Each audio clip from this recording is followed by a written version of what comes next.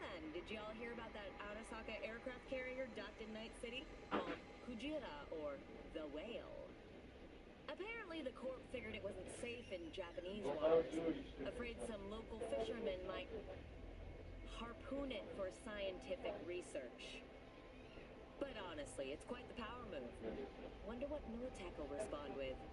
Maybe Myers will fly a rust bucket B-17 flying fortress over Arasaka HQ. I don't know, I got like froze up. I didn't like that you didn't talk to me. I am so sorry, where are my manners? President Myers, I mean, of course. Gotta respect the office. Anywho.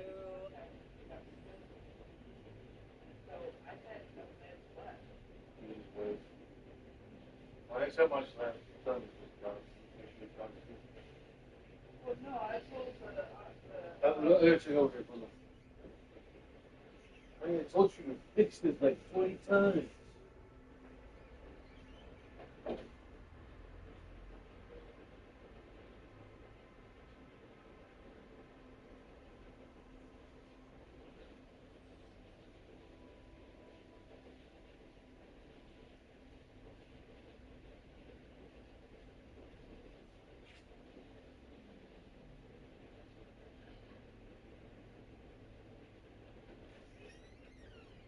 Yeah, I was cooking a really something. You were saying? When I called them yesterday morning, I told them, I said, my mom is ill. Is not. So, as you guys have to come, and I'm not home, my husband is. And I didn't call you my husband, I called you my roommate. And when I said roommate, they said, thank you, husband, and we got you to my bed.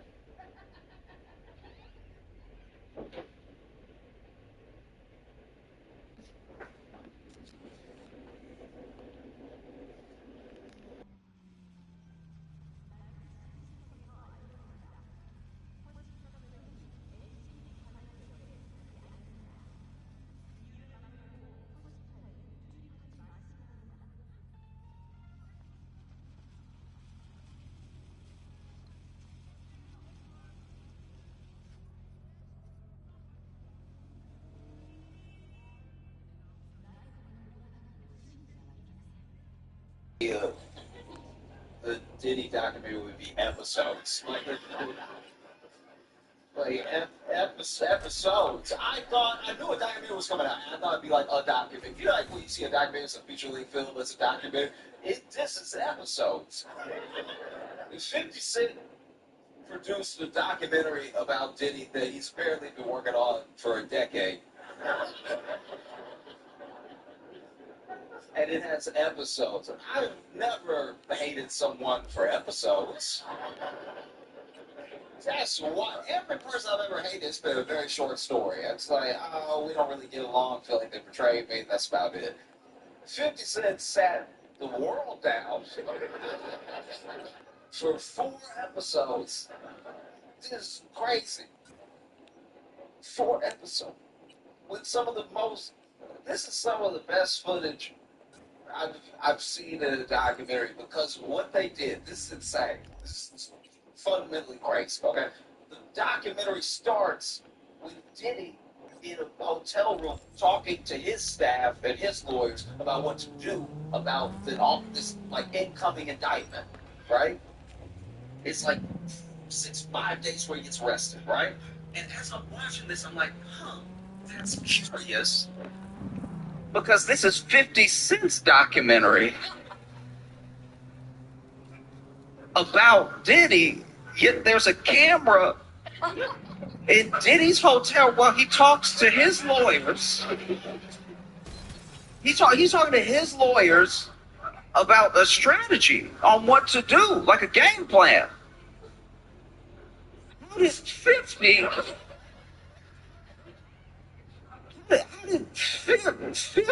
Cent get this footage? Is he in disguise? How is he? How is he in the room for this thing? And then this dude's like on the phone. Diddy is on the phone and he's talking about how we need to be aggressive, we need to come back. He literally says we need to get like the dirtiest, most like expert propaganda we can out there. Which, okay, insane to say on camera. A camera I think you know is there. That's why.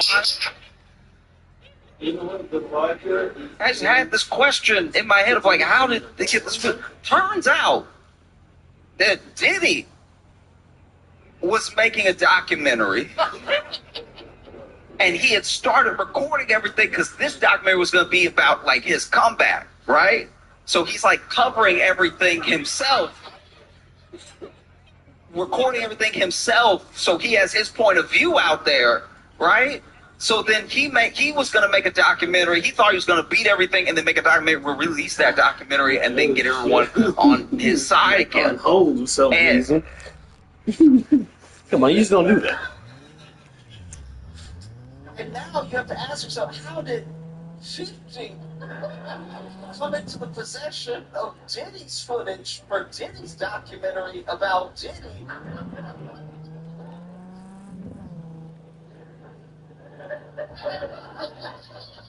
This is crazy because he's making a documentary himself, but then from that documentary, apparently what happened was that Diddy didn't go to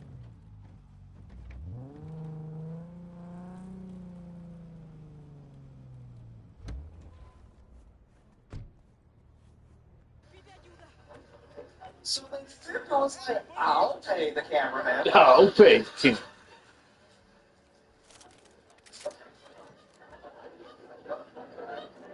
Diddy is such a terrible person.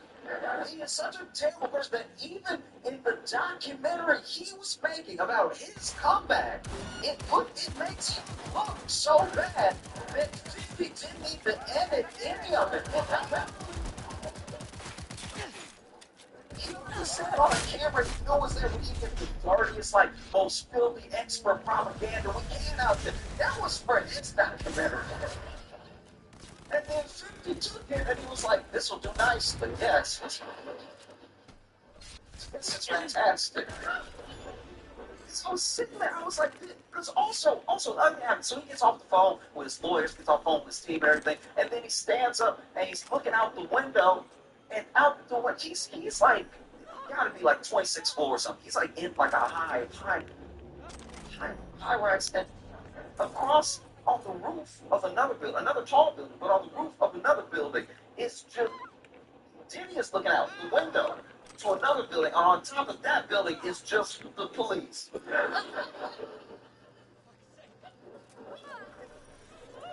Not the police. So I don't know exactly how they operate, but that's the part. Usually in a stakeout, they hide. Then the police are outside Diddy's window on another building, just like.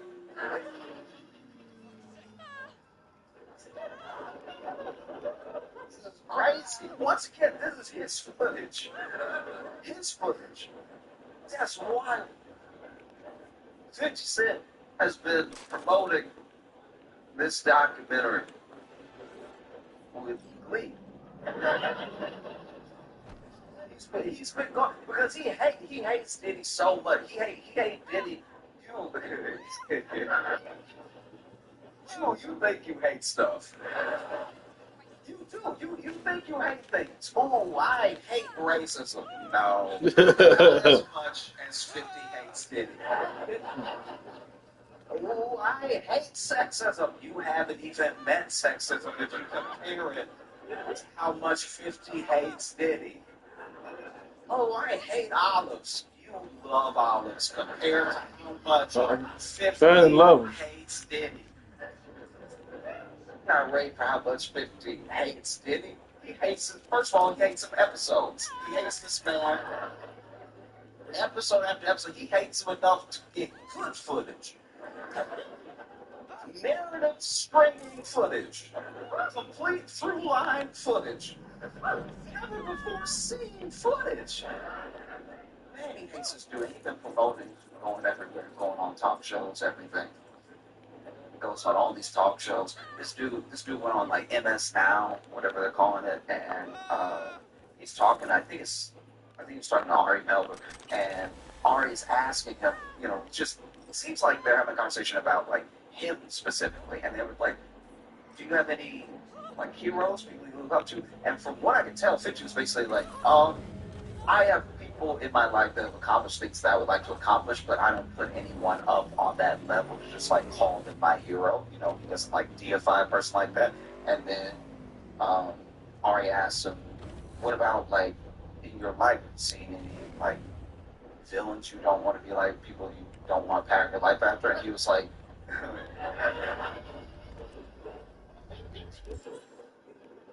he's like, "Did he?"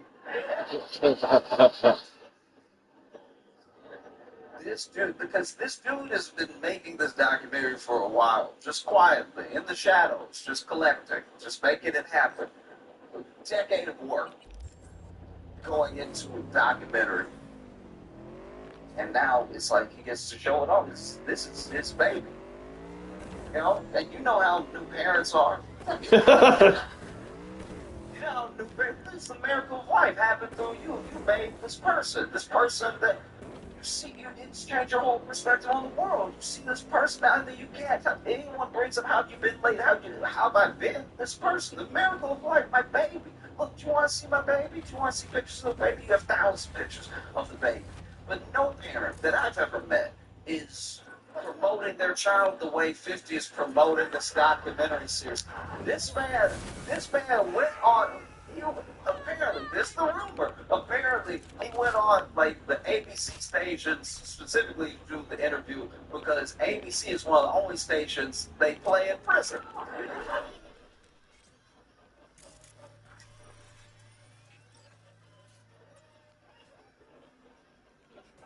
This is a biblical amount of hate. Cain didn't hate Abel this much. This is wild. He is doing everything but looking right to the camera, smiling and waving at Diddy. This is insane. This is wild. He's smiling so hard. I've never seen him smile like this. This man's smiling. 50 Cent in every interview is smiling ear to ear. I didn't know he had nipples. I think they just came in. This is wild. He hates him so much. Oh man. Wow. He hates him. So like I've never seen hate like this, and to produce something that is both like a product of your hate, because most hate is fruitless. People talk about hate, and what's one of those famous quotes? Hate is drinking poison and hoping the other person will die. Apparently, hate is also making a documentary series detailing how much everyone else should hate this person. One of the craziest things to me about the documentary is that the pure link means that he's more evil now. Now that we've got like a documentary, he's more evil now than a bunch of other historical figures. There are people from World War II that did not get 4 episodes on them anywhere. That's crazy. During the trial, I don't know if y'all saw this, but there were some people that were they were out there saying like free Diddy. They were out there, with signs like picketing, like he might be innocent and maybe he was just another innocent black man being railroaded by the system. And apparently, all those people were being paid $20 an hour by Diddy.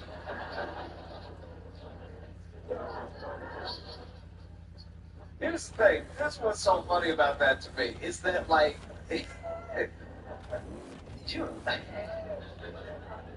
they're out there being like he's innocent, but they're also not hiding the fact that he is paying them to say that. And not only is paying $20 an hour to stand outside and be like, "Yo, free Diddy" outside the courthouse, But even while paying $20 an hour, Criminal activity reported in Watson. he was only able to get like 14 people. Probably some psycho again, but I'll handle it. Say, Do you know how guilty you have to be offering up money, and then if people just pass about the street like, I think I'm good. I think. Do you know how many people could use $20? People literally, get on the train asking for change in New York all the time. And even they were like, you know what?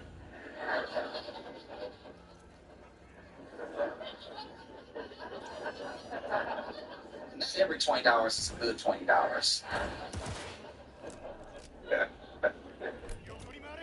Oh, this documentary is insane because there's so much that we knew beforehand. There's so many things that we already knew. We were like, all right, this, we've all seen it. A lot of baby oil, way more baby oil than anybody needs, right? Which I will say this: watching the documentary now, knowing what we know, editing-wise, they didn't need that many shots of baby oil. That does feel like 50 Cent was standing in the editing room like, no, and put some baby oil right there. No, they mentioned baby oil, so go ahead and throw in the baby oil. Okay. Now, you watch it, and yeah, you already knew the things he was implicated in. You already saw, oh, okay, there's this shooting way back when, there's this assault of this other rapper, there's all these like whisperings, and then you watch the documentary, and I don't know how he did it. I don't know how 50 Cent did this. This man managed to get things we've never seen before. Do you know how hard it is to have never before seen footage of things from like 20, 25 years ago? Like, a good example is, in the documentary, they talk about how much Diddy may have had to do with the deaths of both Tupac and Biggie, right? Which is also insane that someone who can't rap at all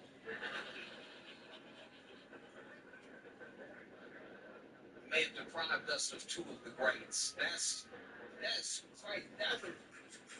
It's so disgusting. It would be like if Trump shot two of the presidents that were on Mount Rushmore. Like,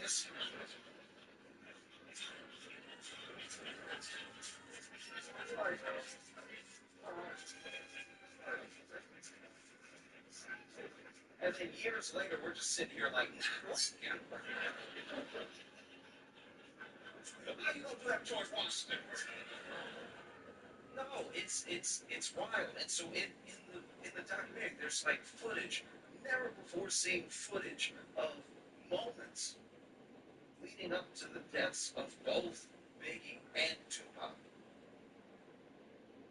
I can't describe how hard it is to come by things we didn't even know existed. Both of these were police investigations. The police investigated not hard.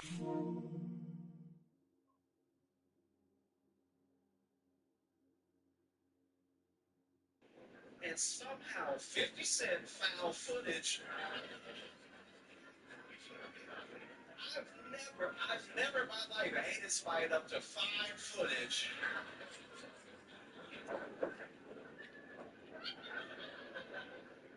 There's like this video, and this is also, you gotta go back to when this happened. This is when everybody had like a footage maker in their pocket. Do you know how we are accidentally being surveilled at all times? All of us. I know you think you're not because maybe you don't have your phone out and you're not posted where you are all the time. The phone knows. The phone is very aware of where you are. And the phone loves snitching. The phone, one of your phone's favorite things to do is hit up a Fortune 500 company and be like, we over here. In case you want to study our patterns, figure out how to advertise to us, we're right here. We are completely and totally surveilled all the time. People don't realize that, like, even if your phone is off, you are just taking a walk. Maybe you're like, you know what? I want to break. I want to break from everything. I'm gonna take a quick break. I might even leave my phone at home. I'm just gonna go for a walk. That's great. Detach for a second. The thing in your pocket is too much of your life, and too much access to you comes through that thing. Like sometimes, just for the sake of your mental well-being, it's important to take a break from it, right? And you assume when you take that break that the phone can't even snitch. Meanwhile, you're taking a break, walking through your neighborhood, getting caught on every ring camera. Every ring, everybody got a ring camera. You get caught from ring camera to ring camera to ring camera to ring camera to ring camera. And even when they try to ping your phone, the phone like, you're not here. Like, snitching on you. The idea that like any crime goes unsolved is wild to me. The way we are surveilled now, like, how'd you not catch them? I know where they are right now. It's crazy.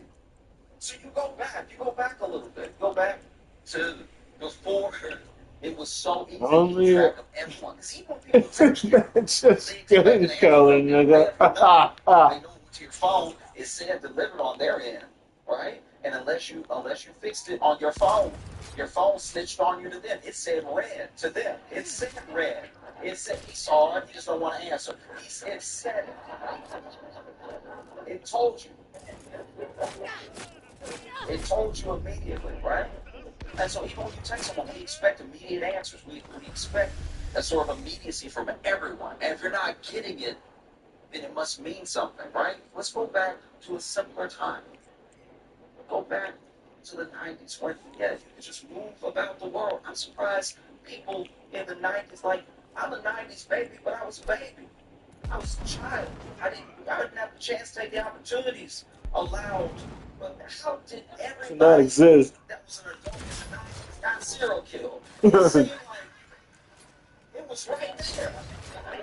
Sometimes somebody older than me hates somebody else older than me. I'm like, you could have been dealt with that. He could have been done with that. All right. You don't want to solve a problem. That's all you. But like, I'm just saying, it's crazy to look back. Even like CCTV footage from like 1990. It's indistinguishable from a game of Pong. Like, it's so unclear what is happening in the. I can't believe anyone ever went to jail off of the original CCTV footage. It's so hard to tell what is happening. I can't tell if that's somebody beating somebody up on the street corner or if that is the Sasquatch. It could be either one of them. Black and white, barely imaging, got pixels everywhere, just moving, and it's like, as you can see right here, no, I can't see that. I can't see that at all. Even when I watch old episodes of Law and Order, and then they play the footage, then that's how you know it was bad. I'm watching on TV, them pretend to be lawyers on TV. And they're still like, as you can see right here, and even sitting at home, I'm like, there's no way anybody can see anything. Like, is this where I'm supposed to spend my disbelief and be like, it's a TV show, I can see it. Like, go back to a simpler time, right? Go back to a time where if you wanted there to be footage of something, you had to go out of your way. Truly out of your way. You accidentally make footage now. People don't realize that, but like even some of the things that get people caught when they do a crime weren't even them being stupid. But some people are very dumb. Some people are incredibly dumb, and they're like, "Look at me doing a crime." That is happening. That's happening a lot. We got to get the youngins to stop doing the crime in front of their phone and then posting it. Doing the crime at all is bad. We should start there. But also, doing the crime and recording it is insane. Doing the crime, recording it, and posting it yourself, we have got just the snitches in the house. Like, the snitch is you. The snitch is in the mirror. There's no one got to tell on you anymore. You post it. Look at me doing the crime. And what time is it? Let me take a screenshot of myself. Hold it to days. Let me take a screenshot of myself. holding up another phone with today's most viral TikTok so that everybody can know for certain that it was me and I did it, that I'm proud of it. And then when I show up in court, I'll be like, who? No, true. Let's go back. Let's go back. Let's go back to the 90s when you could just go for a walk, having, I don't know, killed somebody, and then I don't even, like, truly, I don't know how, up until recently, up until, like, the true sort of overwatching surveillance police state that we don't really sit aware that we live in. Like, until then, I'm blown away that a cop ever solved a crime. That's true detective work. If you go back to the 90s and you're like, there's footprints. These footprints. Let's check the footprints against the shoes that have been made in the last 10 years. Like, all that stuff is like real detective work. And when they caught someone, I think I would have been like, wow. Wow. This is crazy. Police now, they're just like, that looks like him in the video.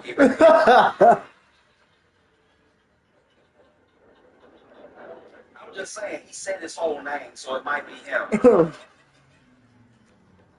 You know, like him and this dude, they had beef, so then he beat him up on camera, recorded himself beating him up because he thought it would look cool, and then held up his own driver's license, and then posted it to Instagram. It just seems like an open and shut case.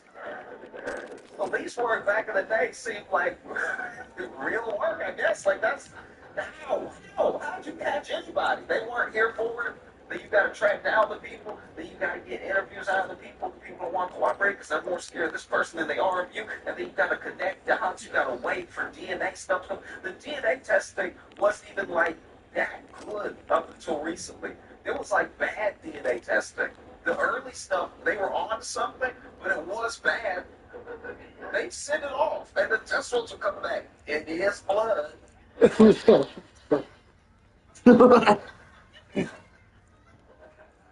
You have to help me at all.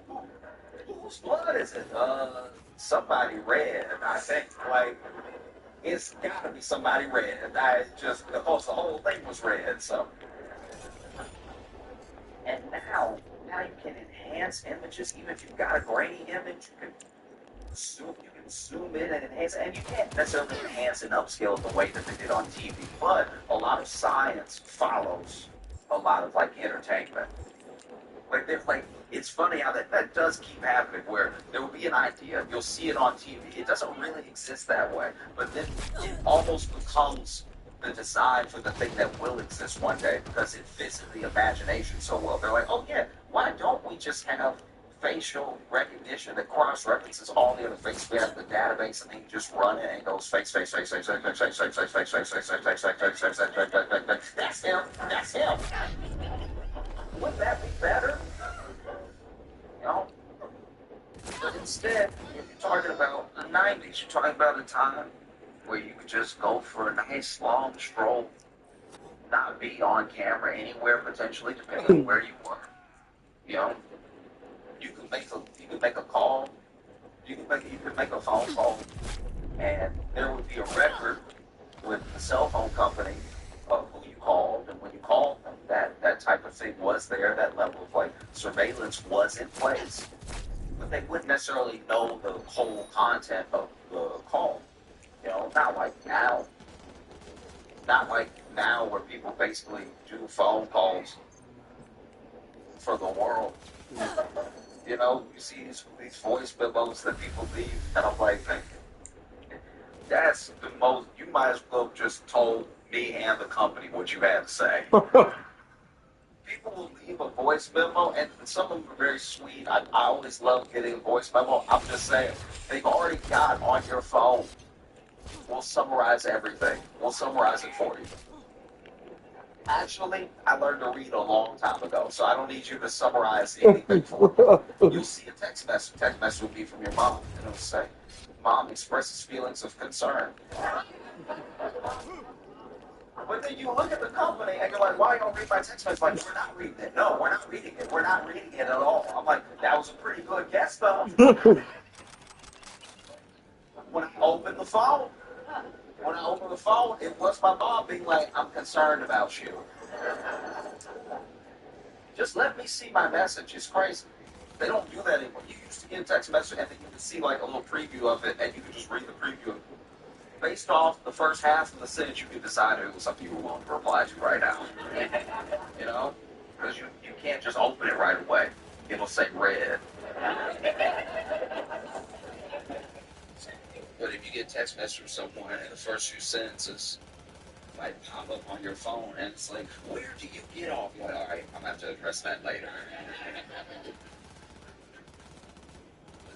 But now you get the text message and it's like a full summary of what you were definitely about to read anyway. That's weird. It's like, how?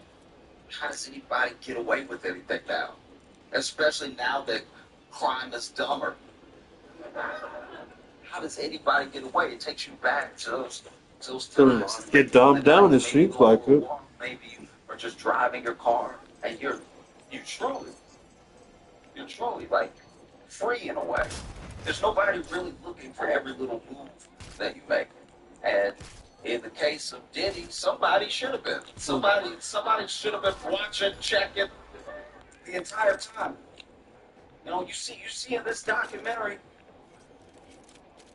the relationship between Biggie and Tupac, the relationship between East Coast and West Coast, and how so much of the actual troubles were like orchestrated. They were stoked by Diddy. Like Biggie liked Tupac. They were cool. And then Diddy was jealous of Pac. Diddy was jealous of Pac because Pac was everything he wanted to be. You know, he was charismatic. He was truly like a poet that could make you understand where he was coming from. You did not have any sort of similar life experiences to him at all, but he could express himself in a way that brought you in. No matter where you came from, there was real connection there. He could build and he could bring together a real community, right? And so for that, he was loved, he was instantly accepted, he was praised. And if you're someone like Diddy, you see that and you're immediately jealous of it. It's everything you want to be. He's good looking, he's young, he's successful in a way that comes from his effortless talent and his hard work. It's everything that Diddy wanted to be, and Diddy knows he isn't or wasn't. You know, Tupac was a rapper.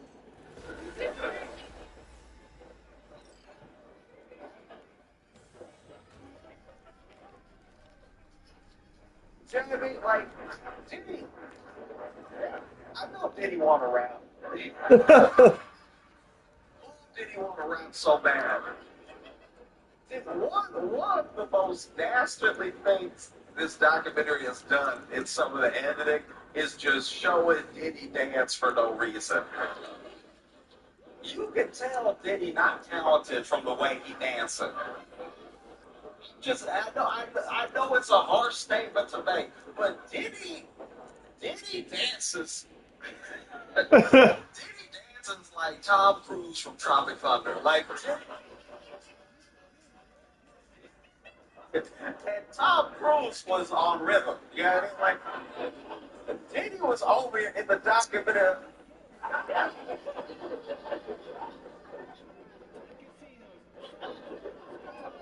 Like he was trying to land a plane.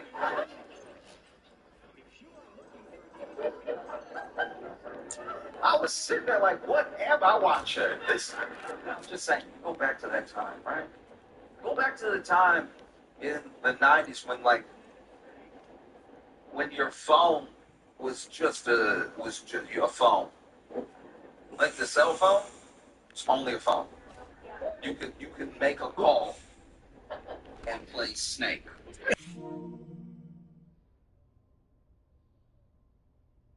Like, that's all it was. It had that stick that came out of the antenna that shot out of it that was cool. for some reason wasn't out all the time.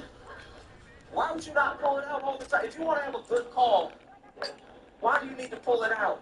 Shouldn't it just come out every single time? And then you would drop it. You drop your phone and it was not a big deal. Look at people that drop their phone now. This is how you can tell we're all addicted to our phone. Watching someone drop their phone is like watching somebody drop crack down a drain. They're like, oh.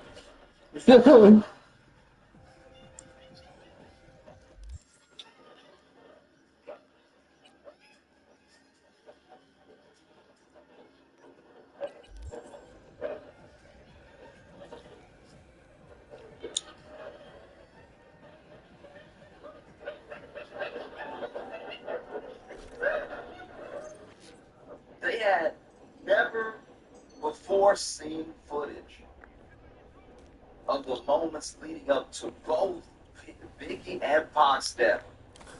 Never before seen, and not never before seen as in these are the tapes we've been looking for the whole time. We didn't even know these angles existed. That's crazy. And that's very hard to do. Like you see tragedies happen now, and because of social and because of search, people can pull for all the different angles, all the different sides to anything that has happened since everyone started carrying a cell phone. Right? But this thing is crazy. You see them walking, you see Tupac walking all the way up until a fight that he got in, and then later you see through footage things people have not seen before leading up to his death. Same thing with Biggie. There was this moment in the documentary where there's somebody sitting in their own car, right, with a camcorder, which is weird. I know we're going in the Wayback Machine, but even in the 90s, nobody sat in their car with a camcorder. That's a new thing. Recording yourself in your car is a new thing. It's a relatively new thing to humanity. We weren't doing this before baby TikTok. Like, we weren't doing it that much. And now people record themselves in their car so much. Why did we start crying in the car? Look, I know it's already like a social phenomenon and everything, but we will need to stop. Like that's people recording themselves crying in the car. Because the first video I saw somebody crying in the car, I don't remember what they were crying about. They were talking about something. And it was something big, something happening in the world. But they were like,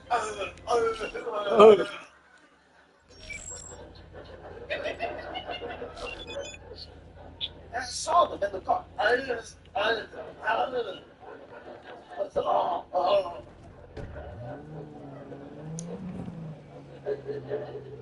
And they were talking, they're like, it's just this so unfair in life, you know, it comes at you, so it's horrible, what are you supposed to do? And I remember sitting there like, okay, all right, they're making some valid points. I understand why they're upset, but who recorded them right now? This is terrible. Why would somebody record them and then put it online? And then, because it was just, I was scrolling when I saw it. So then when I clicked on the profile, I saw it was their profile. I was like, oh, somebody done hacked them. And posted a video of them crying. That's terrible. This is a true demon that got a hold of their footage and then posted to their page of them crying. That's so embarrassing. Oh, I hope they find justice, right? I was so interested, genuinely. I was so perplexed at what was happening because then the other people commenting weren't addressing the fact that this person crying is their like. I seem to be the only one confused about what was happening. Everybody else in the comments was like, "Keep your head up," you know.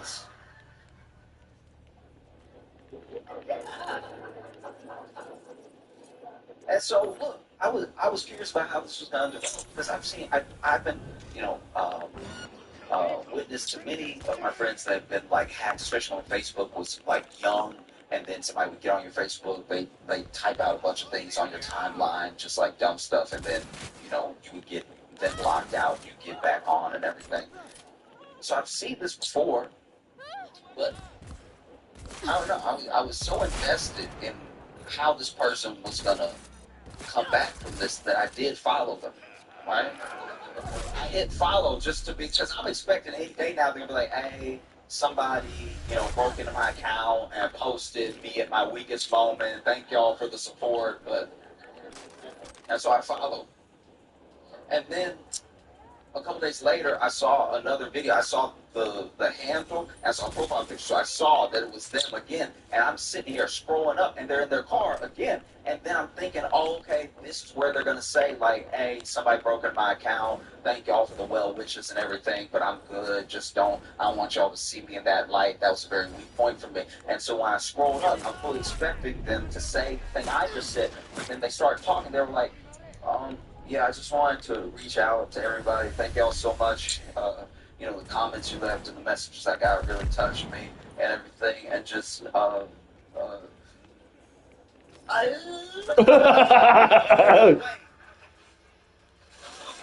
there's no way, though. No. And then I put it together. I was like, wait, they were recording themselves crying in their car. That's the most private time to cry. We need to go back, just for the sake, once again, of our mental health as a nation. We got to go back to just having a crash out part in the car and let that be history like that. You are not your best when you cry in your car. I would throw it out there that maybe you don't want people hearing what you have to say when you're to the point where you break it down, parked in your car somewhere. It's not broadcasted. This is bad. This is very bad. Because I've never seen a cry in my car video and been like, oh, yeah, that'll change things. I'm just saying, like, if you in the car, right? If you're in the car,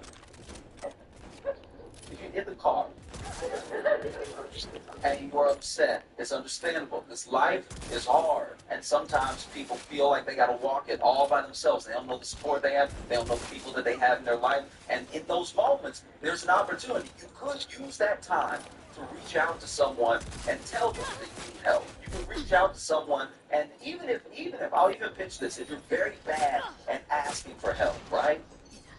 Try to help someone else. Because the same bond that leads you to help someone else will then have them looking out for you whenever things are down for you, right? You have this thing in your phone. This thing's incredibly powerful, right? It tells everybody where you are. Government, friends, everybody. Everybody know where you are. Everybody knows where you are. Everybody knows. People you don't know where you are. People you've never met know where you are. Right now, they know you're here. Like, people know where you are because it's in your phone, but you also know where other people are. You can reach out to people. If you need help, this could be a way that you can get the help that you need.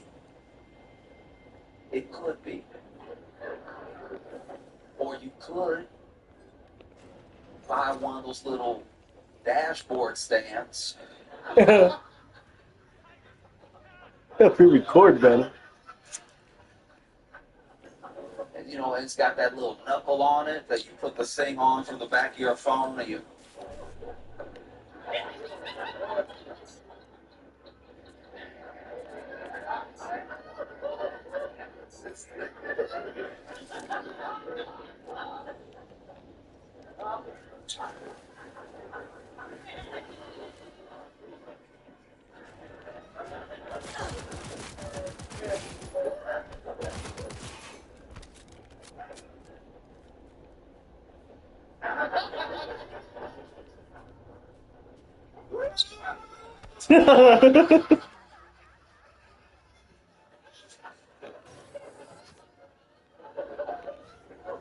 Or you could do that. You could do that.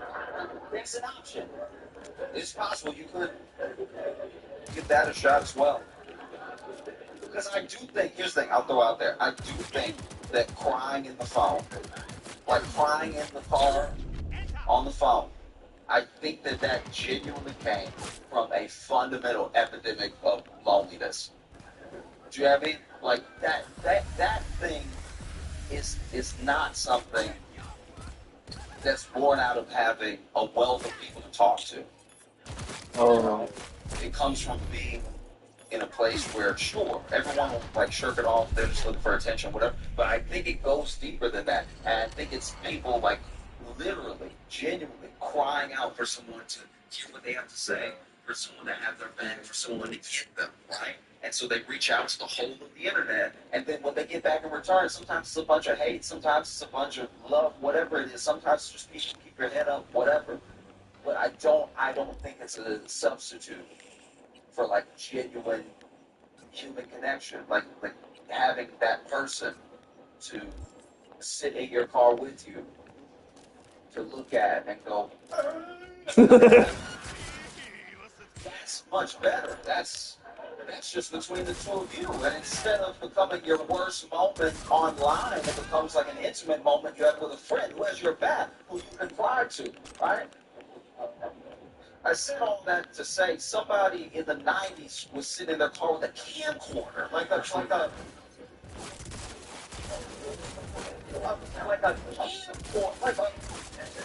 Do you remember what this was? It was this metal with buttons in it. And buttons, way too many buttons. They had more buttons than what the camcorder could do. The camcorder's over here promising all that good stuff, and then you hit the button and it looks exactly the same. It doesn't, nothing's changed at all. Sitting there with the camcorder.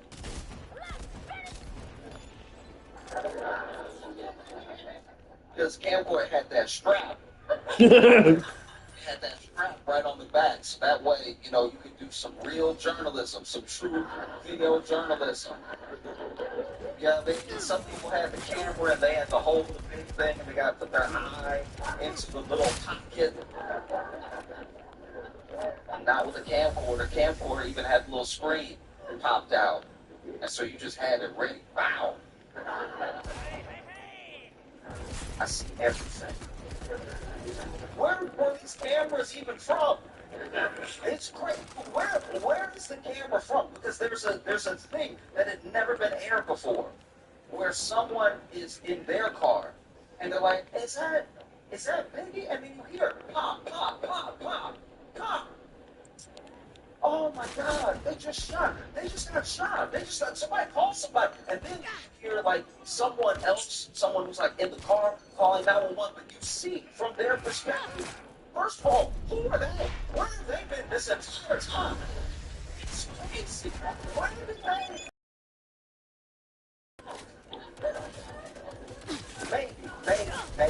Maybe, there is a chance that in all of this investigative, in all, you know, in a long time, apparently like a decade, that since we worked on this documentary, that somebody somewhere was able to pay somebody for something that they had never given anybody before. You know, there's also different reasons why you might hold on to something. Imagine you're there when something like this happens. You may not want to broadcast it to the world that you were right there and that you saw something on tape because they didn't see a person. They just saw that these shots were happening, right? And so maybe you don't want to broadcast it because now you don't want to go to the police in a thing where they seem to have no leads and be like, oh, I have some extra information for you. Maybe, I don't know. It's plausible, but it seems just so wild that these two moments would meet up. That somebody would just be recording in their car with what had to be like a camcorder. Who just walked around with a camcorder in the 90s like that wasn't shooting their own document? Like, just in the car with a camcorder all the time in case something happens.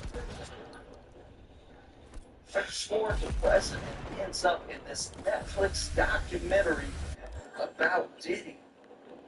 Maybe that's what happened. Well, it seems just as likely is that 50 Cent time traveled back in time.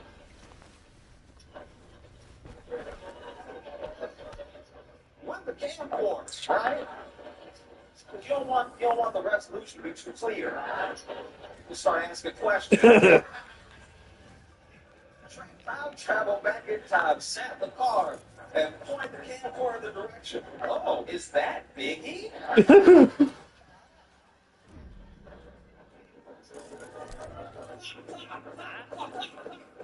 Oh no! Someone shot Biggie!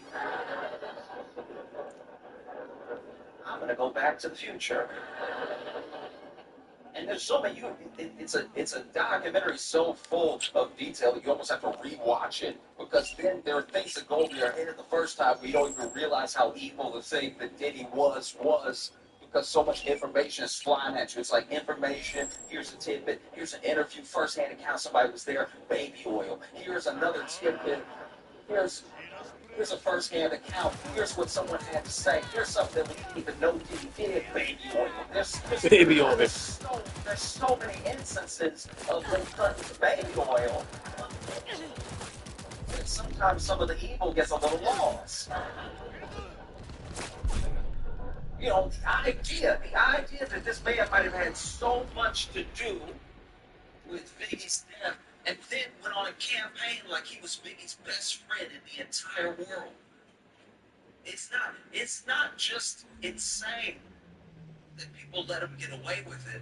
What's even worse is that he, through this memorable event, right, all throughout Bed-Stuy, Biggie's funeral, right, and then no one knew, I didn't know until I saw the documentary, that he made Biggie's estate pay for that funeral.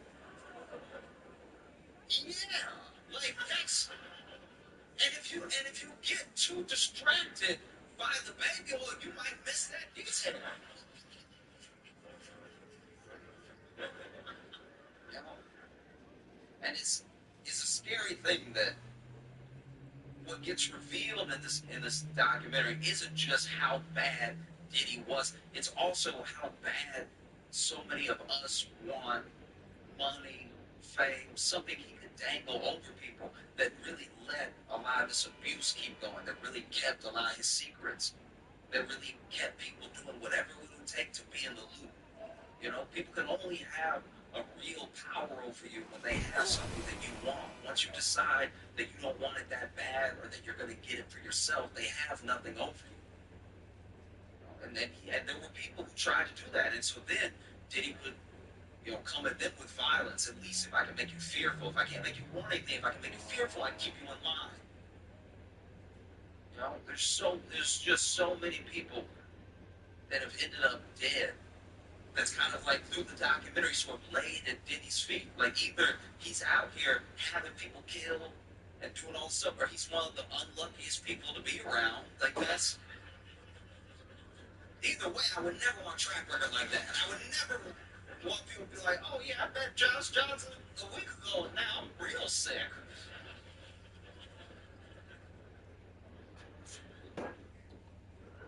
One of the things that's so harrowing about the documentary to me is that you see how long Diddy got away with things that people are saying plainly that he just did. They're saying, no, this thing just happened, and then everyone was acting like it was normal, and everybody was acting like it was normal because apparently it was normal. It was normal for him to do all these things, whether he was beating up somebody, he was abusing somebody, he was stealing from somebody. All these things were like incredibly normal, and it's genuinely terrifying that something like that was able to become normal for a person. But it was able to become normal because there are in instances. It's a hard judgment to pass, but there are certain instances where you see a shade of someone who is big and bad and powerful and using all that power for evil, and you see a shade of that in even some of the people around them that they might be mistreating. There were plenty of people that were like cool with all this mistreatment until it came around to them, or they were cool with everything that Diddy was doing. As it was, they could look the other way, they just wouldn't acknowledge it, but then they got fired. You know?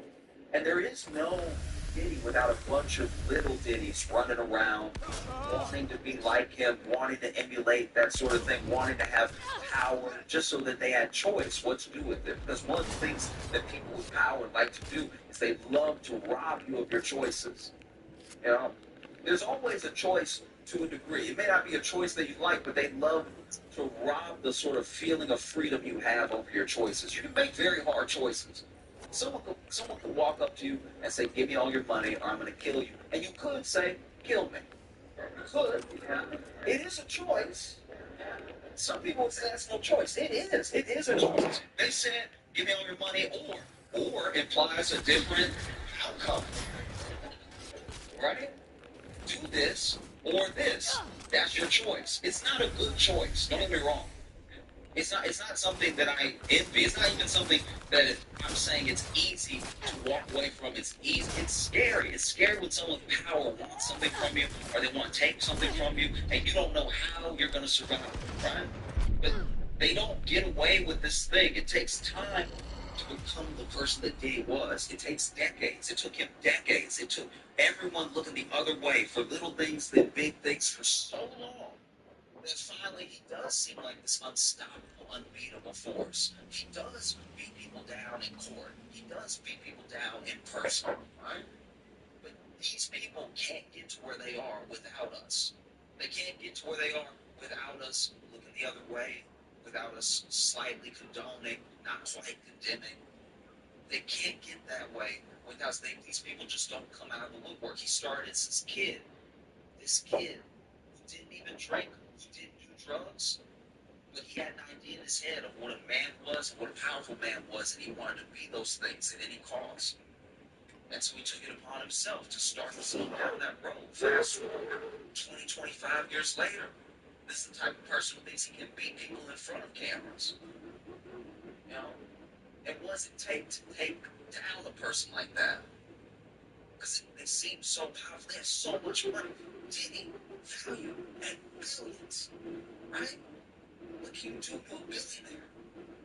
How do you take a person like that down? One piece at a time. All of us. It takes all of us. Not with their way. It takes all of us doing something. Well, because people have said in the documentary, people have said in interviews that when Diddy is like in his element, he's untouchable. You think he was a god, but when you're alone in the room with him, you see, not only is this just a man, this is like still that like kind of scared kid, kind of insecure kid, right? That in no way condones anything that he's ever done. That in no way is like an excuse. I'm just saying that's like the truth. The armor is a facade, you know? One of the greatest things that has happened since the documentary came out against 50 Cent and called him a snitch for making the documentary, which is not a popular side to take. That is weird. It's a weird thing to say when no one was talking to you at all.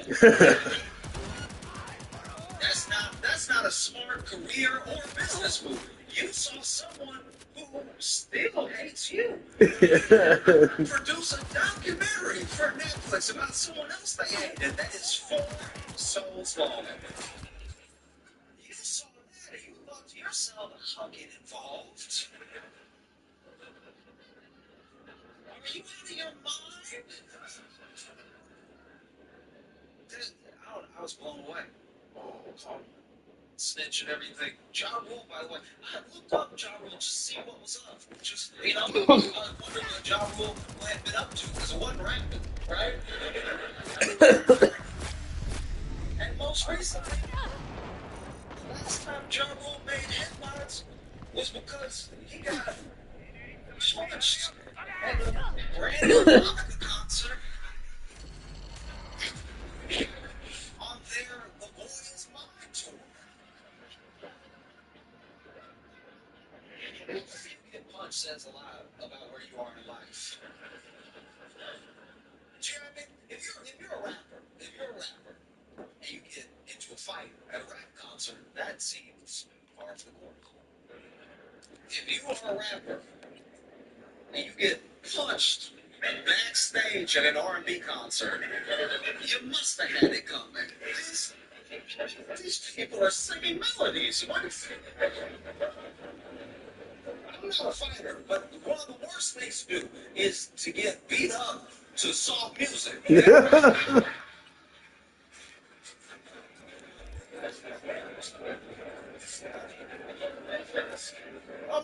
now. Imagine I went to a gospel concert and got slammed.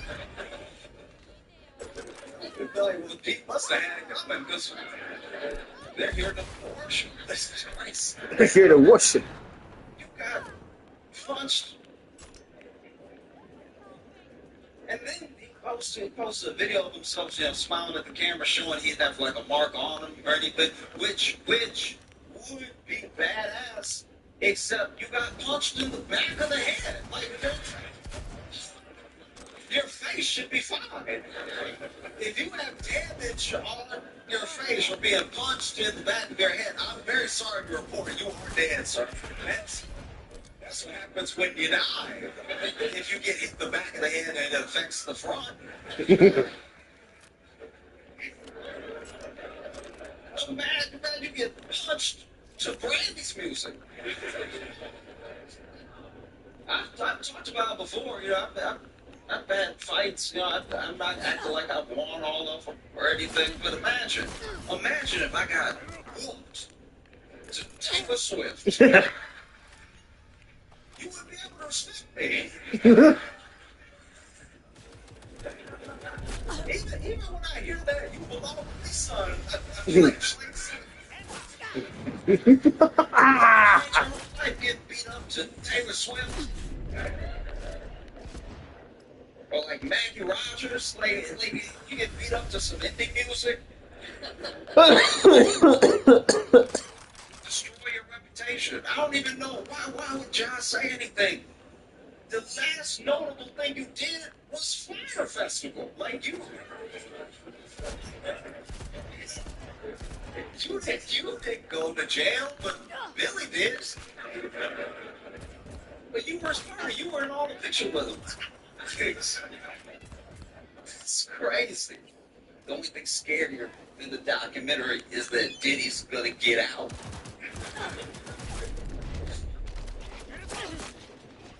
I'm terrified. I've been talking reckless. I really thought he was gonna go down.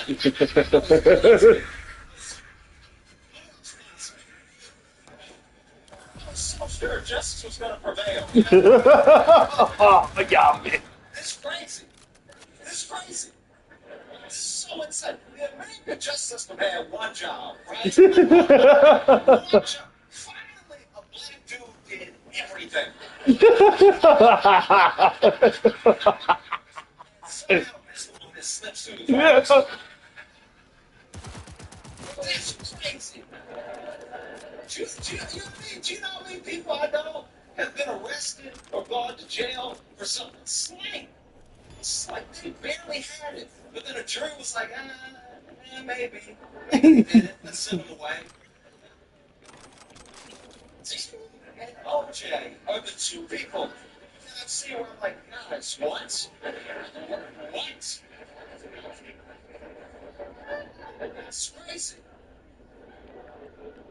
You watch this? It's insane. You watch this documentary and you're like, wow, this dude is a true demon. Like, in every sense of the word. Like, he's so evil. It's horrible.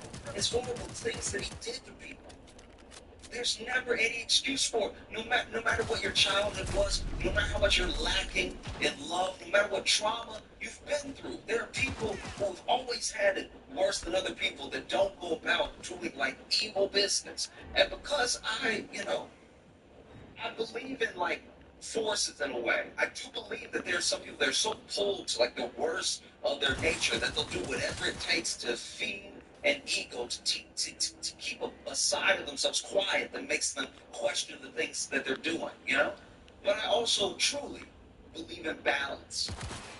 I believe in balance, and I don't think that like any man is like truly a saint.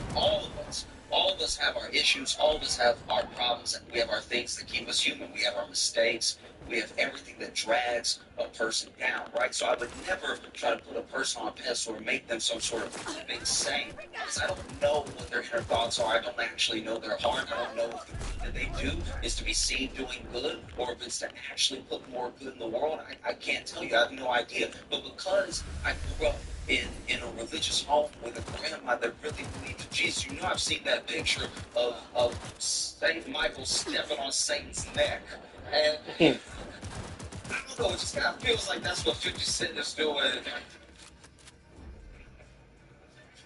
to Diddy. Yeah, I mean, like, got the sword and everything. Man.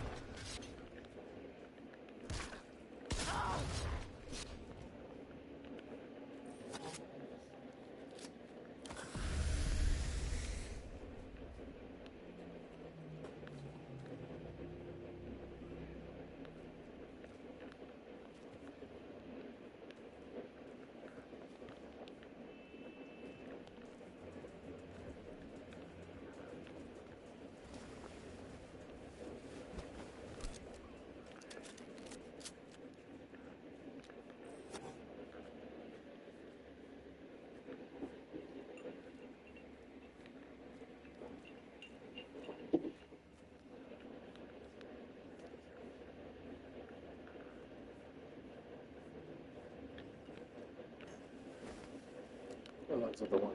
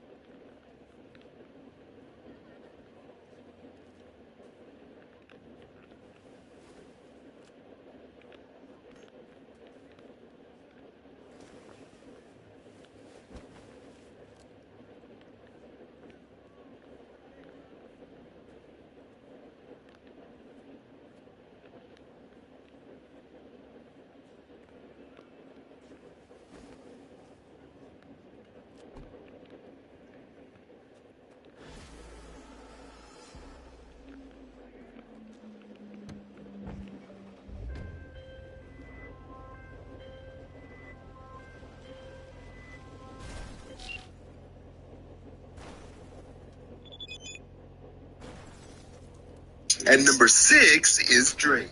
Can't move on without talking about, of course, Drake. You just had this place, and I feel like y'all are homies, man. That's so cool. Like, what's it like to see him still be a top artist? Man, to see him still, and even when I was all the way back in like early high school listening to this dude, before I even met him, knew him, anything, I think it's just, I can't even think of the words, because it's like he has done different transitions into each culture and each generation for everybody, anybody coming up before him, anybody in his class, any fans, no matter how old they are, you cannot say that you haven't been a fan of any of his.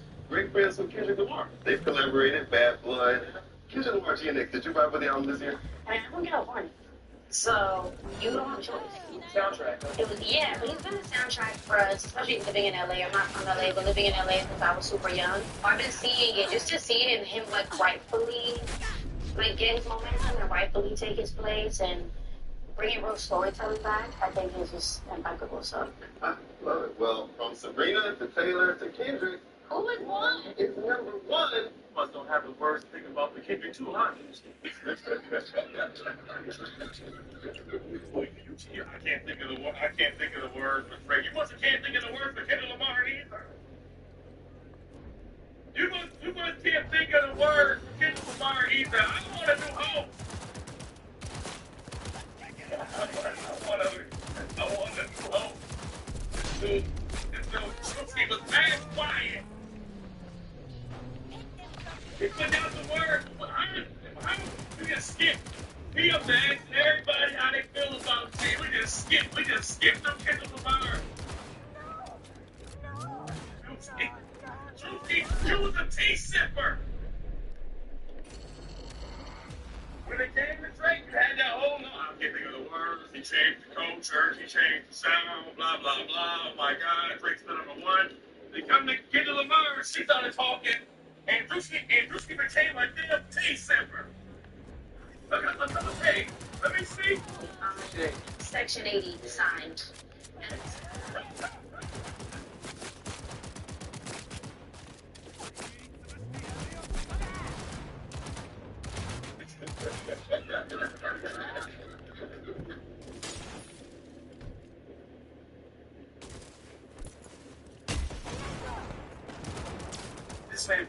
This man turned into a delicate T-simper. He grabbed that damn, where the culture's at? Where the culture's at? That man grabbed that freaking blank tea, and that blank cup of water or whatever, he took a sip and laid that down. It took all the time in the world trying to find out how to do something extra during the Kendall Lamar topic. Trying to find out, Frank, you six. That's weird. Billboard, we'll get into you, Billboard, because you do seem, I see some weird stuff going on. Kendall Lamar is 6. Drake is 6. Who the 6th guy? Understandable. Either you trolling Drake or you really just at that point where you can't go no higher than freaking 6. That's no lower than whatever higher than 6, right? Drake is 6. I think it said SZA was 5. Sabrina Carpenter was 4. Taylor Swift was 3. Kendall Lamar was 2. Morgan Wallen was 1. Have no idea what Morgan Wallen does. Is Morgan Wallen that crazy? That even though Kendall Lamar went around the whole world going crazy on tour and selling out stadiums, I'm assuming Morgan Wallen does the same thing with selling out stadiums. So I can't knock him for being #1. I don't know what he does. I do know he always has like the #1 song like every freaking time. You see him have like the #1 song. So I can't knock him. I will say this. They talked about freaking Drake. Drewski chatting away. Talk about Kendrick. Drewski is a delicate T-simper. And put that Late for tea talking about. put that damn tea down as slow as possible until this conversation is over with. Put that goddamn freaking tea down as slow as possible until this combo is over with. And then he continues to talk again after they announced that Morgan Wallen's #1. Morgan Wallen being the #1 artist. Oh my God, nah, he definitely deserves it. I think I was knowing Morgan Wallen a while back, and people were just asking, like, yo, what are you? Back talking again. As soon as the Kendall Lamar, silence, silencio, cállate la boca. Like to be quiet. That's something you don't want to do. Quiet. Quiet the whole way through. Drinking his damn tea diligently. Delicate tea sipper. You gotta say, he knows who's paying his checks, who's signing his checks. He became a tea sipper and a head nodder. Because they said it again. They said Kendall Lamar name again. Watch this. Luther, Kendrick, SZA, what a great song, man. Watching him have those constant #1s. And you gotta respect that. I love Luther, yo. It always reminds me of my grandma's house, and then she would play some Luther Vandross, so we all be dancing in the kitchen and things like that. So when we first heard that sample, I had to go crazy when I heard that. So when Kendrick and SZA killed that, they smashed it. Yeah. This two troops is ahead.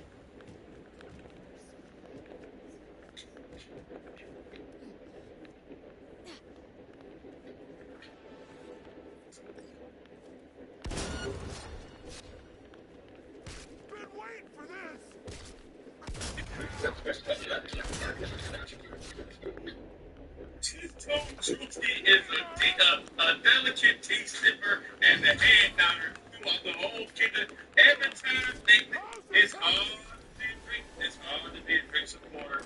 It's hard to be a Drake fan. It's hard to be a Drake affiliate, a Drake brother, a Drake, whatever you want to call it. It's hard out here to try to be in these Billboard streets, Spotify streets, Apple Music, whatever that has to warrant, branding Kendrick Lamar's success. It's an increase on your career. You are that same lip biter.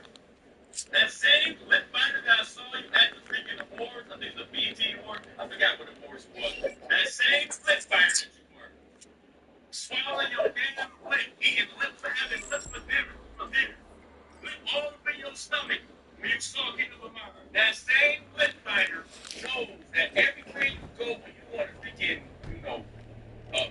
yourself or being more involved with either the Grammys, the freaking, the BET Awards, the MTV, whatever, any freaking musical awards, or anytime it's trying to show accolades and give out awards to this artist, and you want to be involved, you have to, it's a point in time in your life you got to sit there and accept that Kendrick Lamar is the better.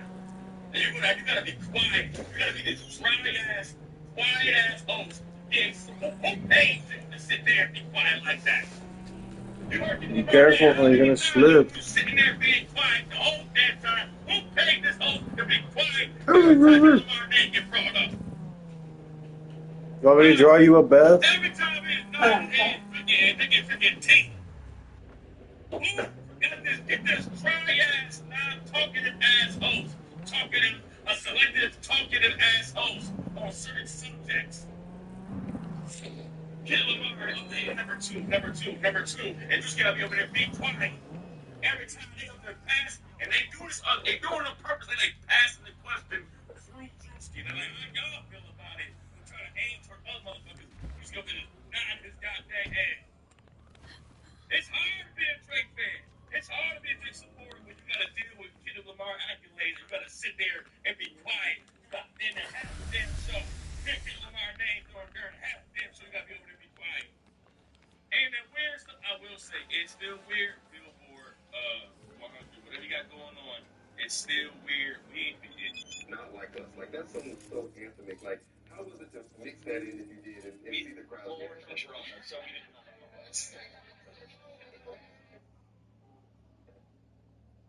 The Kendrick Lamar segment of Kendrick Lamar GNX album, Billboard hitting number 4 on the Billboard 200. Kendrick Lamar and they mentioned the GNX and they brought up Not Like Us. During this time, bringing up Not Like Us. These are Toronto producers, Toronto engineer. So I guess they mixed us on Kendrick Lamar more in the past. Not Like Us. It's weird at that particular time that them Not Like Us, they had engineers that was up there.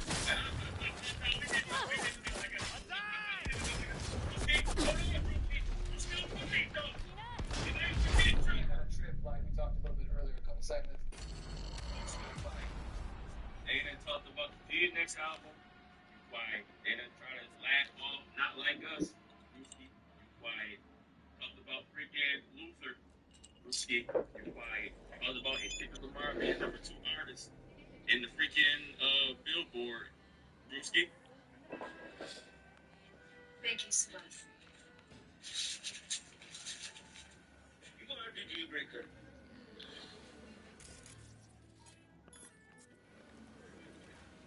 Did you hire this guy to hide in my dressing room and punch me in the throat? He's bigger than you said. Let's get this. Did you do that, Jenna?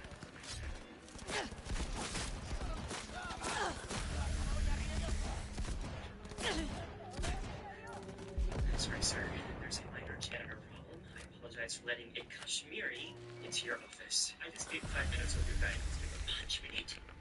राजकुमार भी अपना दौड़ने के बाद सेकंडों में जीते हैं।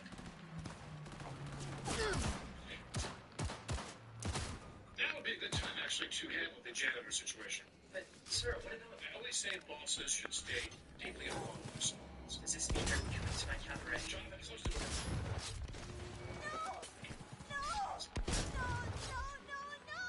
So what can I do? In a week, can I have more time?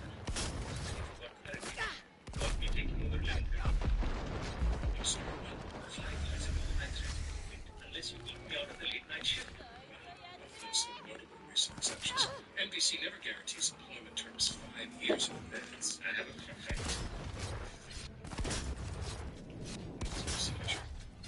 You signed it on April 2005. Okay, in my defense, every April 22nd, my insurance is dead by decisions. Well, then I want to understand. It's better paid, more prestigious. No, you can turn it off. Okay, calm down. I understand that initial premise. This is NBC. Biggest loser. So you fixed this? Maybe. Well, this is a janitor emergency, and the choice would be. Just, janitors, absolutely not.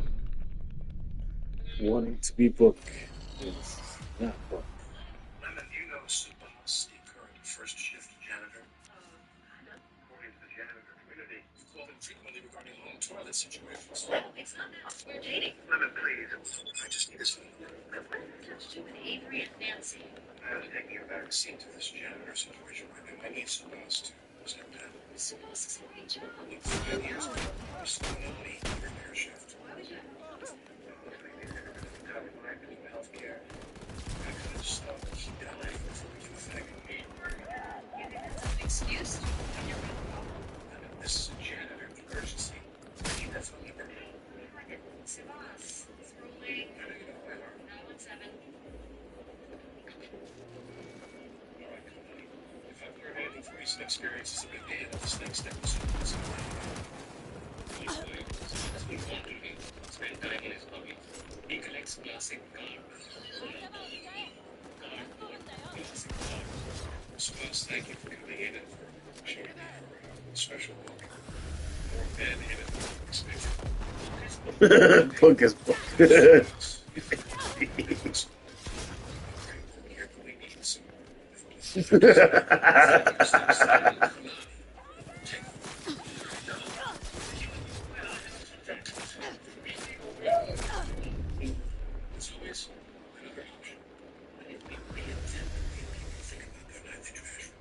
Thank you. The night shift just got clear. Gentlemen, everybody get I anal venting. Or I just anal vented. NBC. It's finished.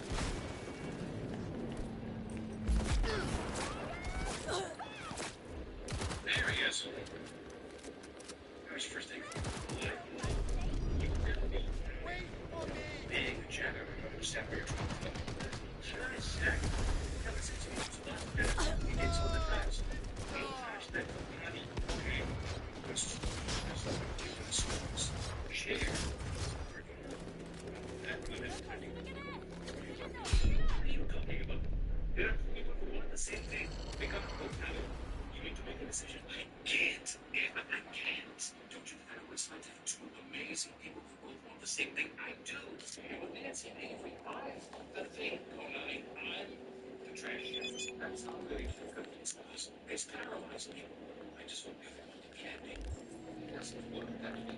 One person's heart is going to work. I have to choose. I'm singing the songs that you I'm sorry. Okay. That was not a deal. Anybody, I have a job for me. Folks, it's here with my cousin. Bring it back to check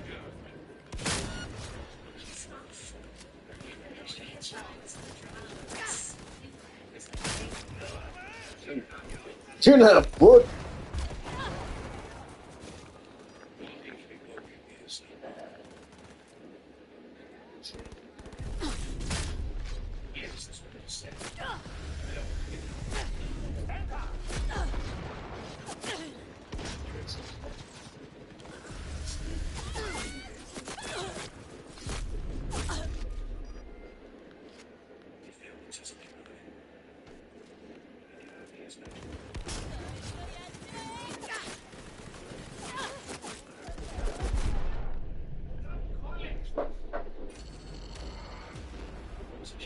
Just the sounds of people having a party, so you can put it on when you want. Yes. A sunset. How about a button you push on your remote and you can buy anything you see on TV? Like if you're watching Sex and the City and you just have to have Mr. Big Spaghetti. Okay guys, Abby's on her way up. Must have from nil-nil at Falls. You guys changed your personalities for Abby? Is she here yet? Subas, you are married. Okay, this is exactly the kind of male douchebaggery that's about to take a real hit around here. Didn't you know? I'm talking about a fellow Lucian, Tracy Chapman.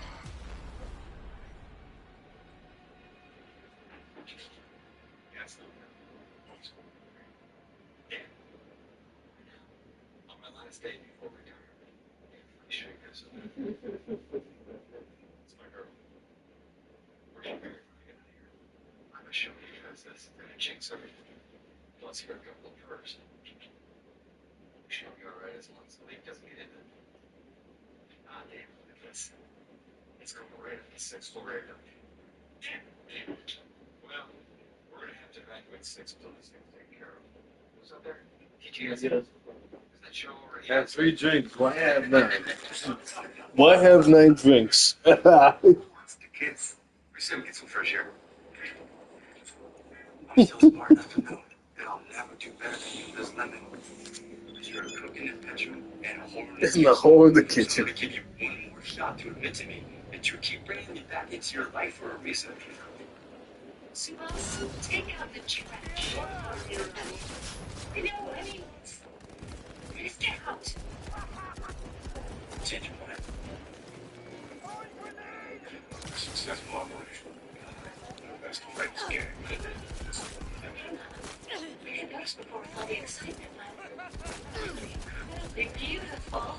The lighting is back to normal. Won't you just need to be out on the left?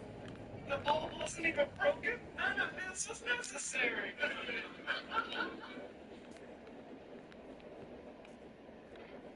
Okay, everyone.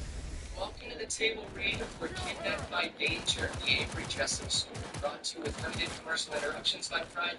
Pride, World is your written by Elizabeth Diallo. The opener of its numbers, Jack Donaghy, 50s, Big Irish Man, 6 mixed with Avery, 30s. Every Live two things, fast money, fast careers. We smash cut to a night of passion in a completely dark room. Bathing suit areas get over. I've never been kissed like that, Jack. It's because we're so in love, Avery. That's why we're perfect. Avery, be close to me. Now. This is garbage. Mr. Simas, your wife is on the phone. She's making dinner and she wants to know if you found any prosciutto today. For me? We all are. Quit, Liz. Me too. I quit. Mommy's baby quits. I actually quit 2 years ago. Simas, oh, sorry.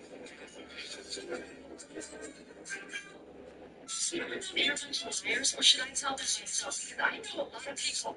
You know what? I'm fine. Because I know who I am. You. I feel sorry for you. Oh, I'm bored.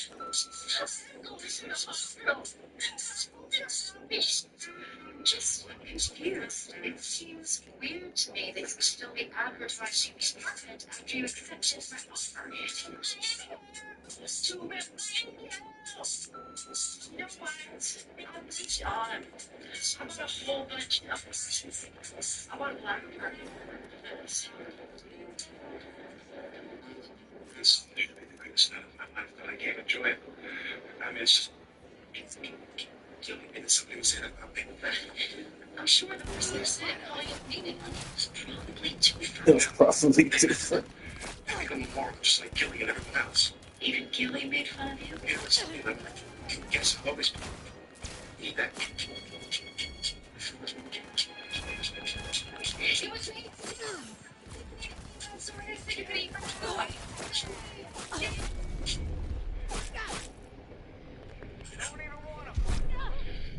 I just wanted to get you to admit it. And you do know how you're going to make this up to me, don't you? Oh, God. I gotta write that to Borash now. She wants to sing in every episode. You. No onion rings. They can eat my food. You see that word a lot more than you realize. You're going to be my successor. No, I'm not an executive. Executives are like, hey, and I'm like, huh? Yeah, I'm a creative person. Sure, there are times when my job is frustrating, like when once called in sick with March Madness, but I'm mostly on it. This is the starting point. Sick with March Madness.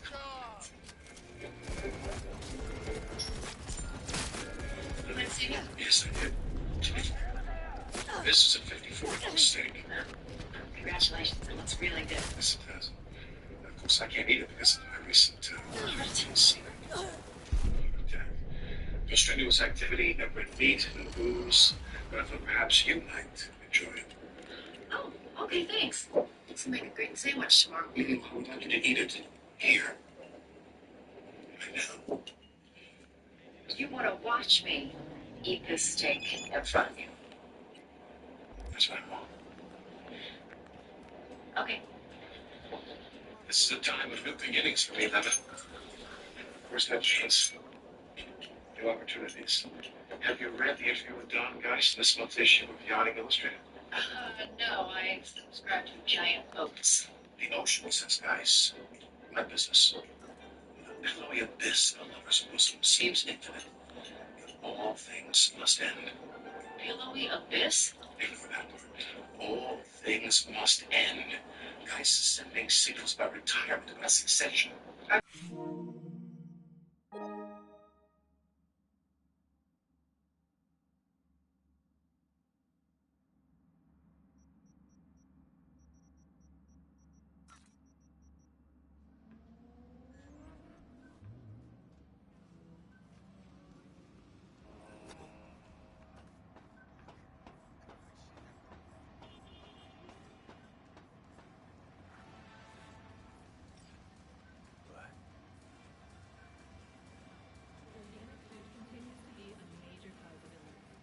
What are you doing here?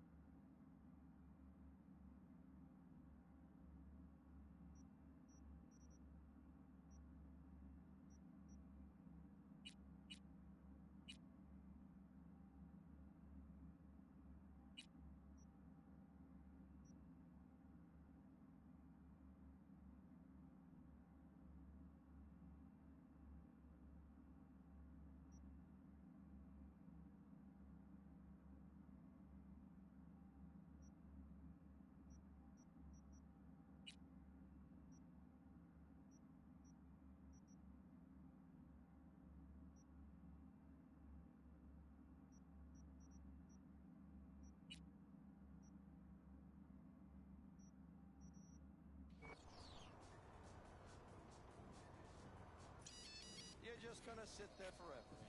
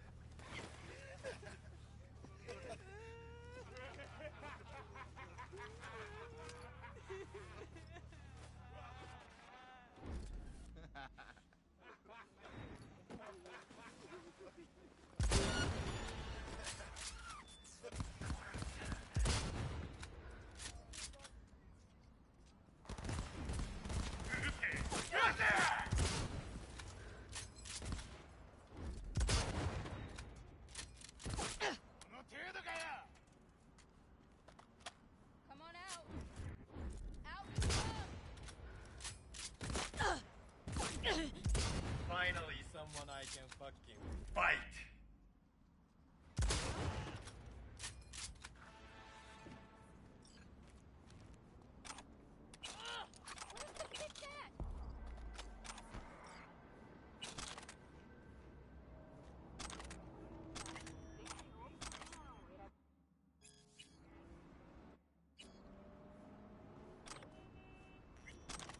Come on out. Out you come.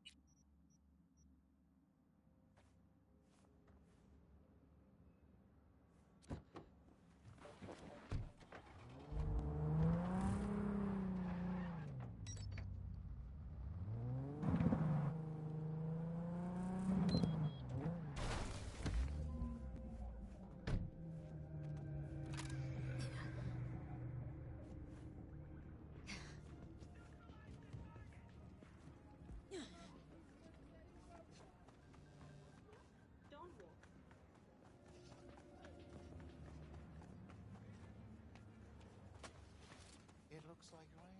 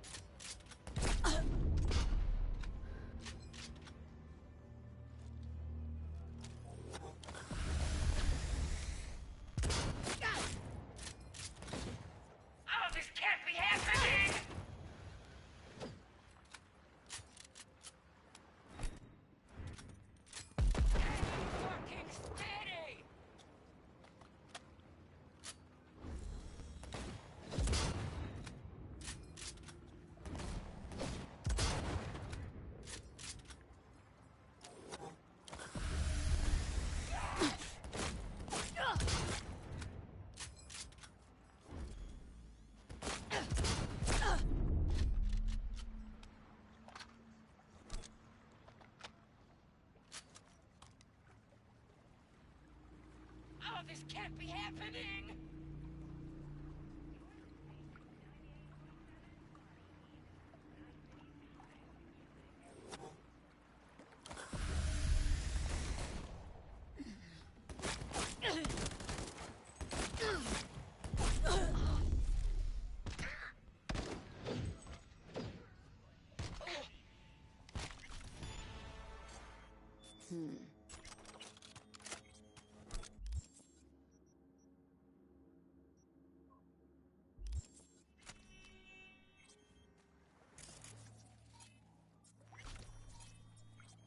Who would have thought?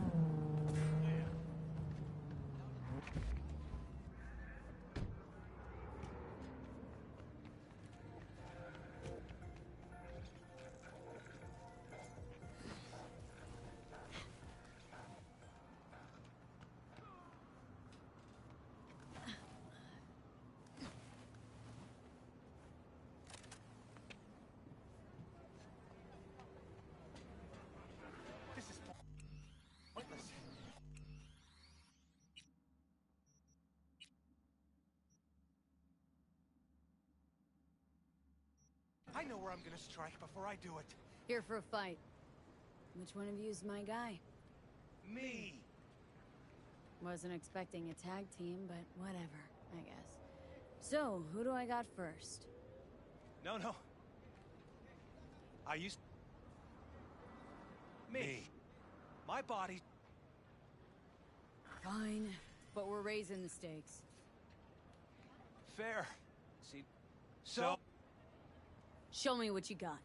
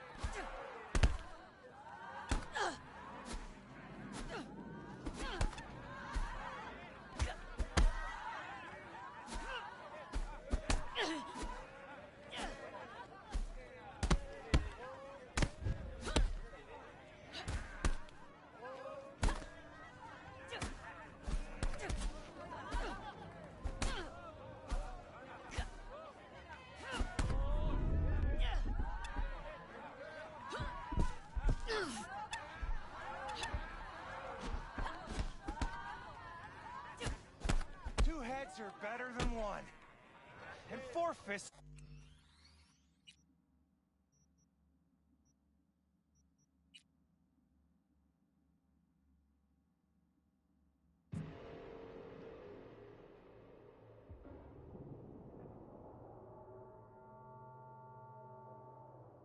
This is pointless.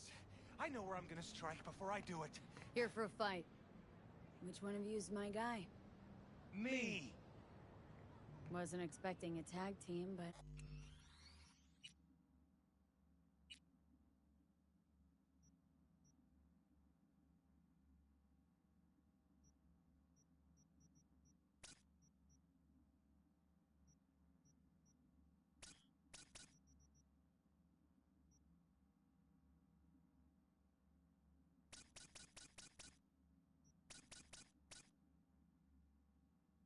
Whatever, I guess.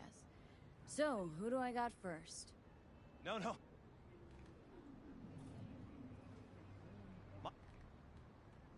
Fine. Show me what you got.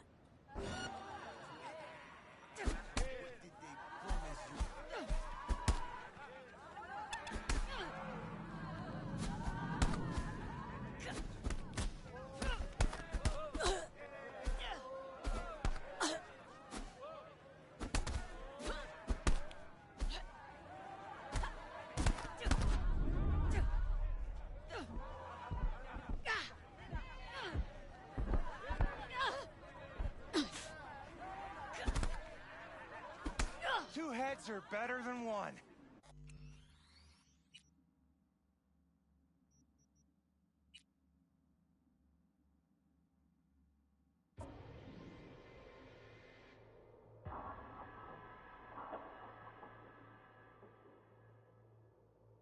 This is pointless. I know where I'm gonna strike before I do it. Typical. Knew I'd say Here that. for a fight. Which one of you's my guy?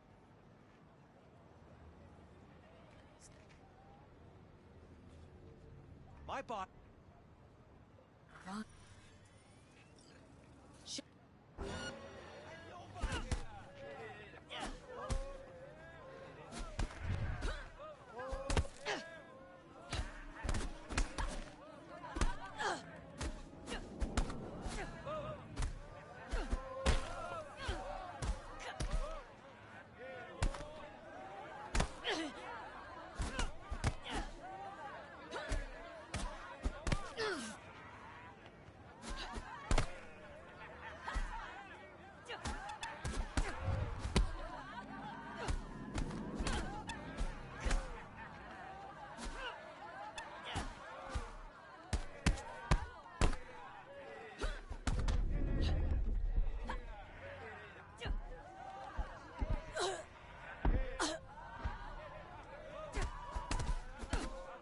heads are better than one.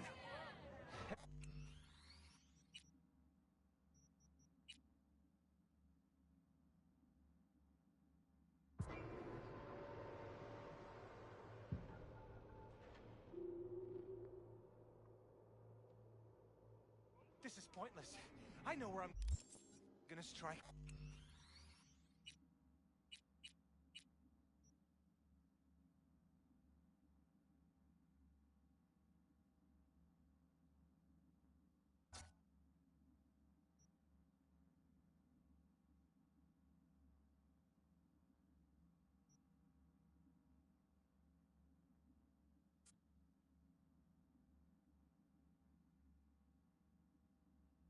This is pointless. I know where I'm gonna strike before I do it. Here for a fight. Which one of you is my guy? Me! Wasn't expecting a tag team, but whatever, I guess. So, who do I got? No.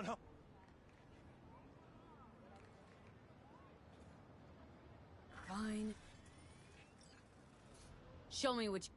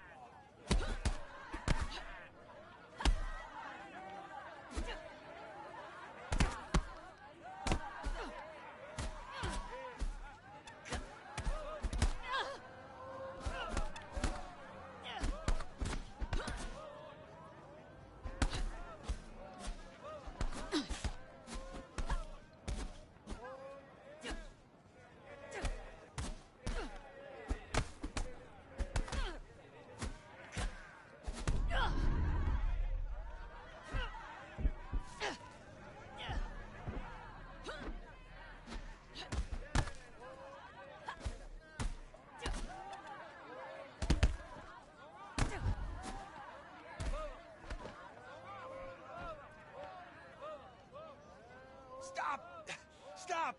I give up! And you? Had enough like your brother, or hungry for more? That ain't my brother!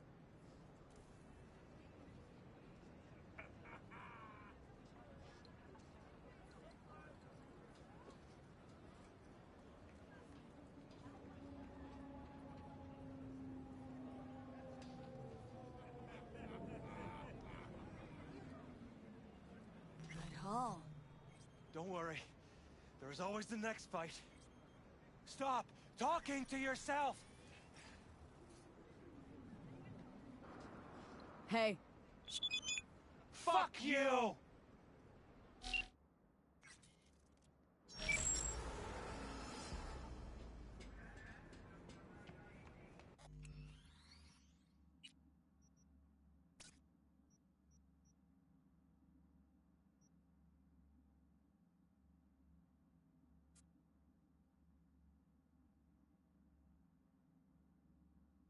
Don't worry. There's always the next fight.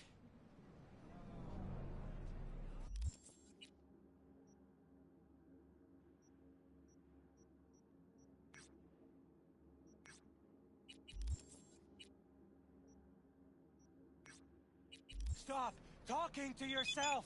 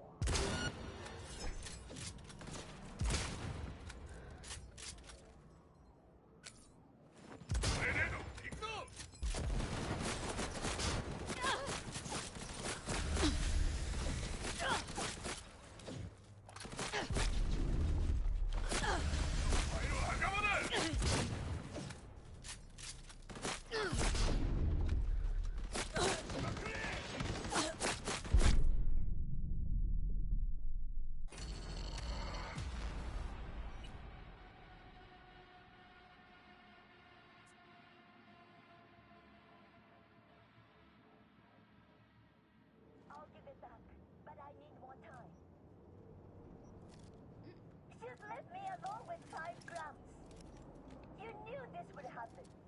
No!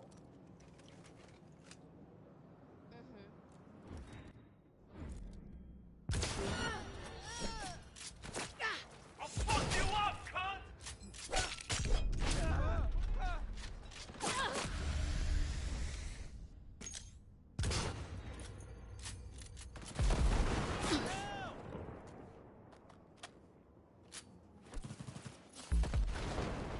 Tigers, attack!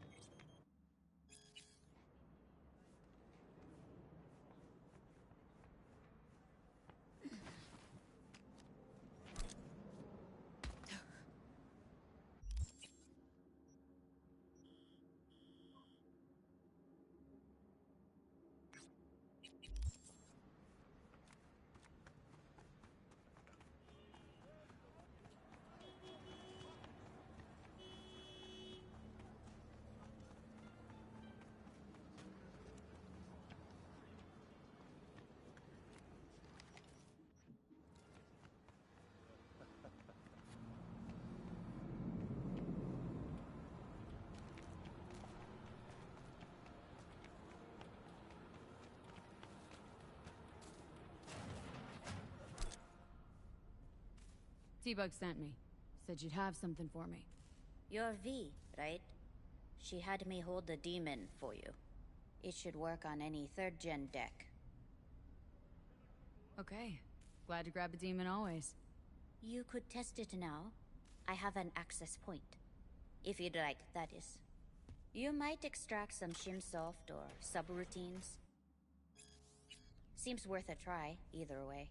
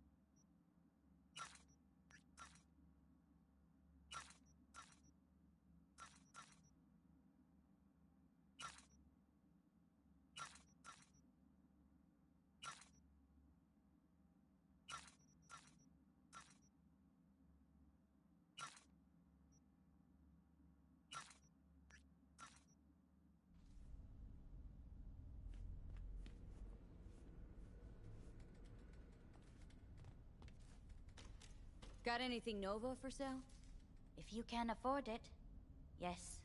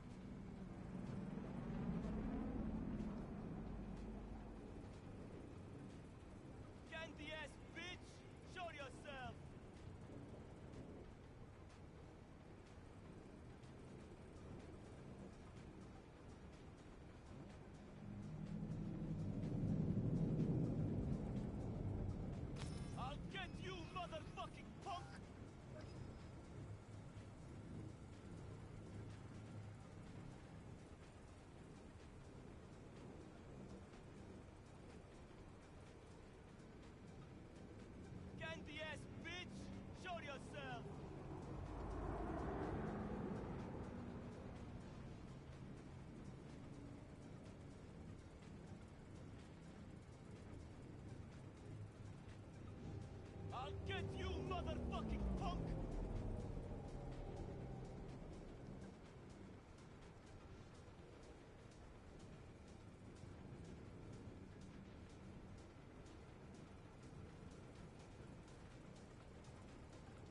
Candy ass bitch! Show yourself!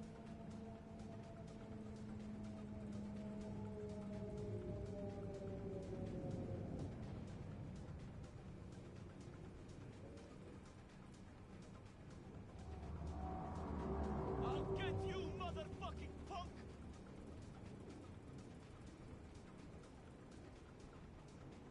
Ah, that's enough.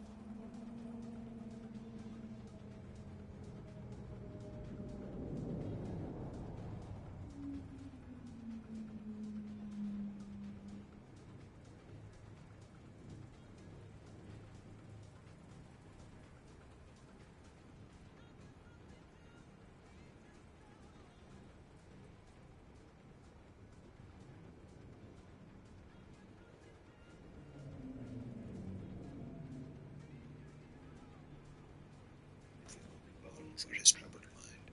Please don't do it. We've come into a bad time, I know. Think about it. Don't do it. Don't do it. Take the clip out, baby. Take the clip out.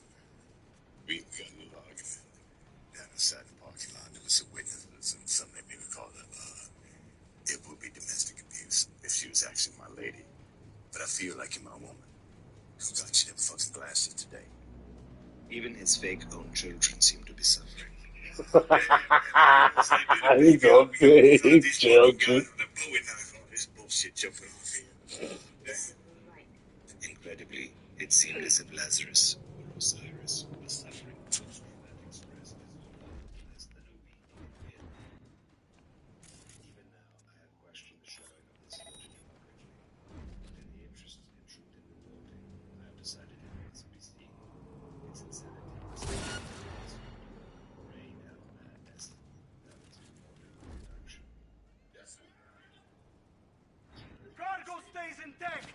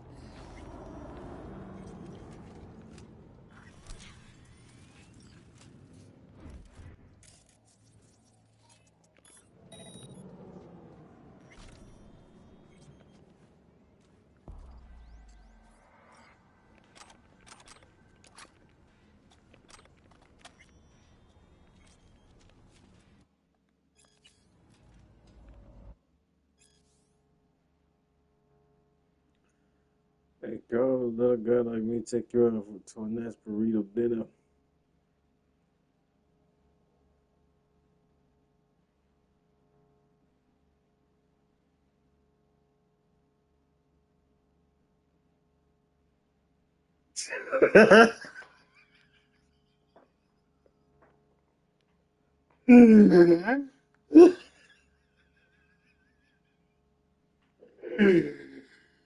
Hey, girl, little girl like me take you out to a nice burrito dinner. Yeah, this is just not a burrito place is gross. Very. What about patties? Patties. Yeah. Soy burgers? No thanks. Very golden duck, baby. Jed, I don't know. I don't know. Not really feeling Chinese. Very. Jesus Christ, you just a fucking place. Now it's cute, bitch.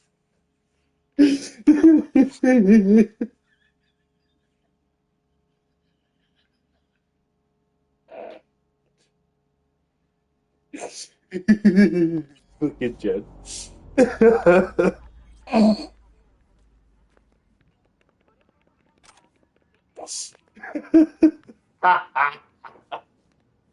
The fucking.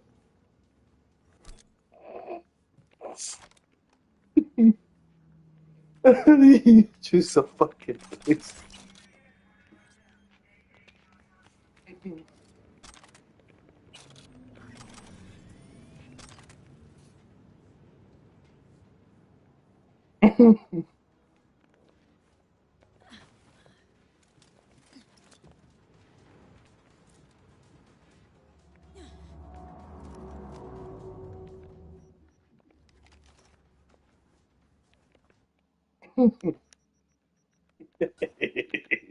Just a fucking.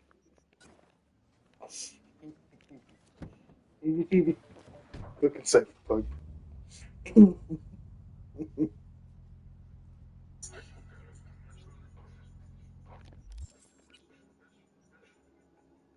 Next time, make sure your equipment is heat resistant.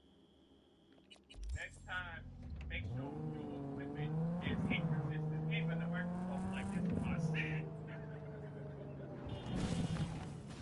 I'm in a hurry. Even the microphone was like this is my jam. It's just like this. All units in the area. Disorderly conduct reported in Watson. 331 responding. On my way, dispatch. But only because I like you. Suspect's vehicle has been located. Details have been sent.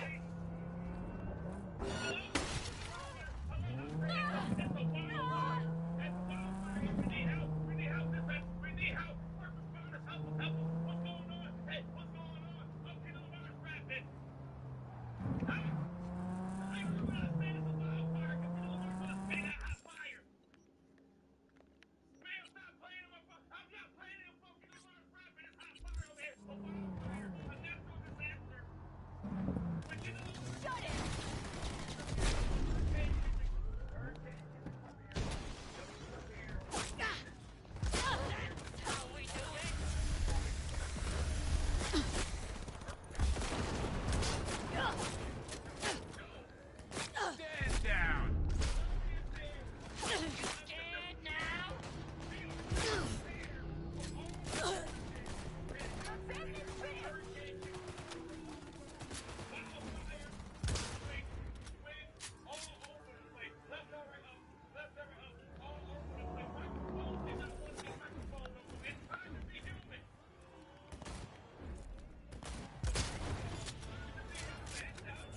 Playing fucking hide and seek.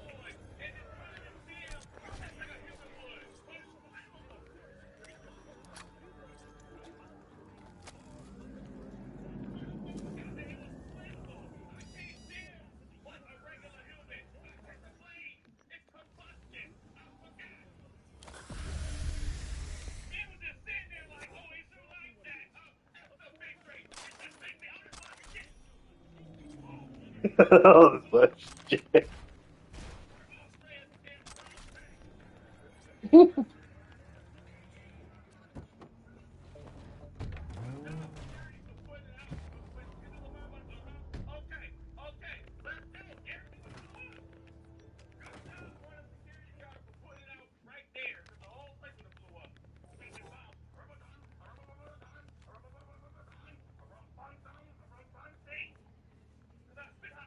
Because I spit on the fire.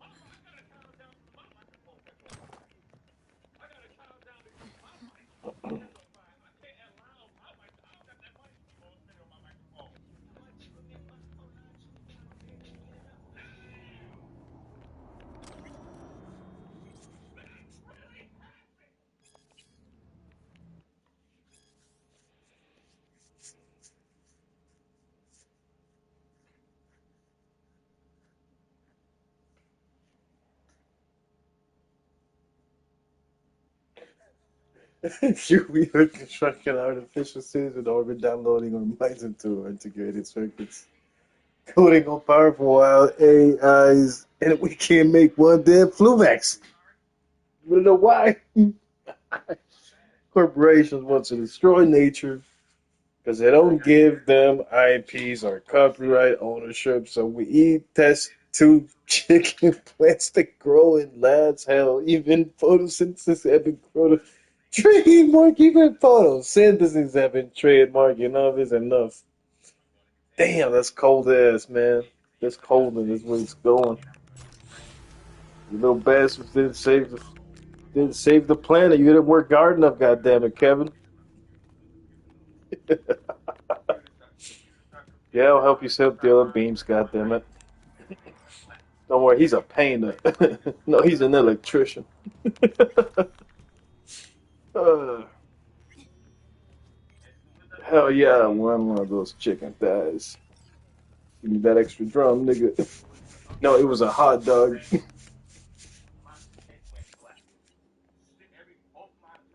Hell yeah, I'll take that, Lizzie. I don't know what the hell happened. I don't know what the hell happened.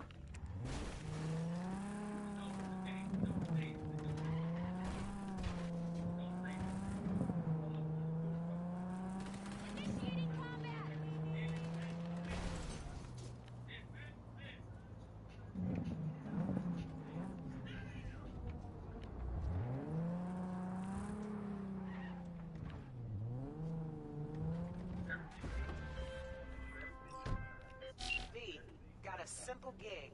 There's a van sitting at a Revere Courier Services facility. You're gonna break in, Clepton. If you want to know what's in the ride, check the attachment.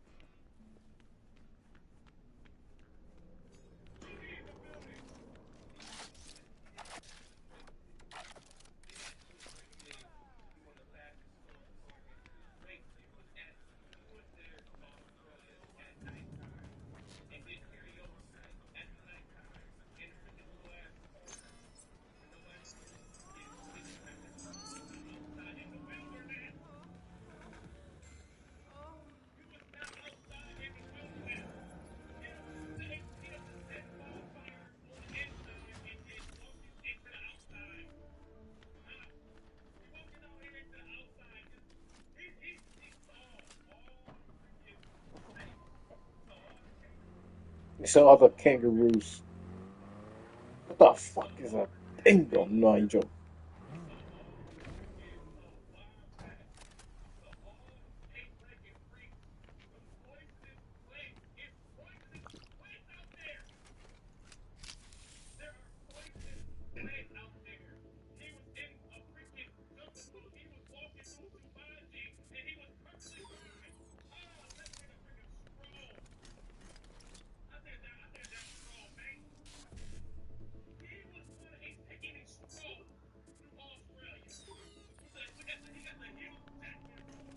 It's the cute chickens. Oh, no. The leather, you know, the leather Indian, you know, kicks. Yeah.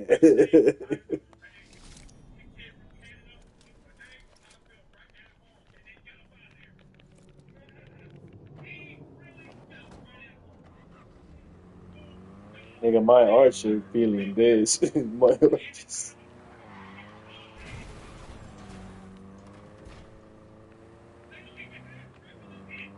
They don't even have regular ants. These are super ants.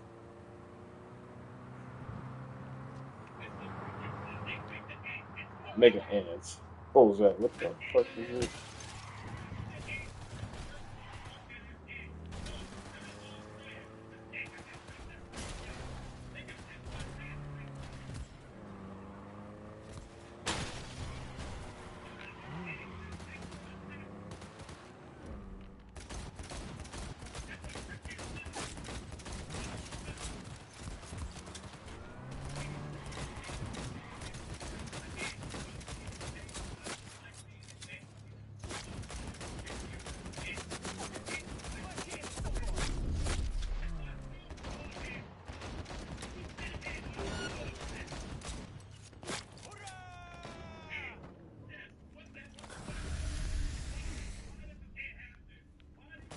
Не надо!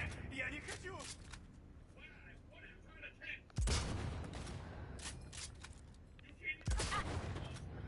Ну ты мне ответишь, манда!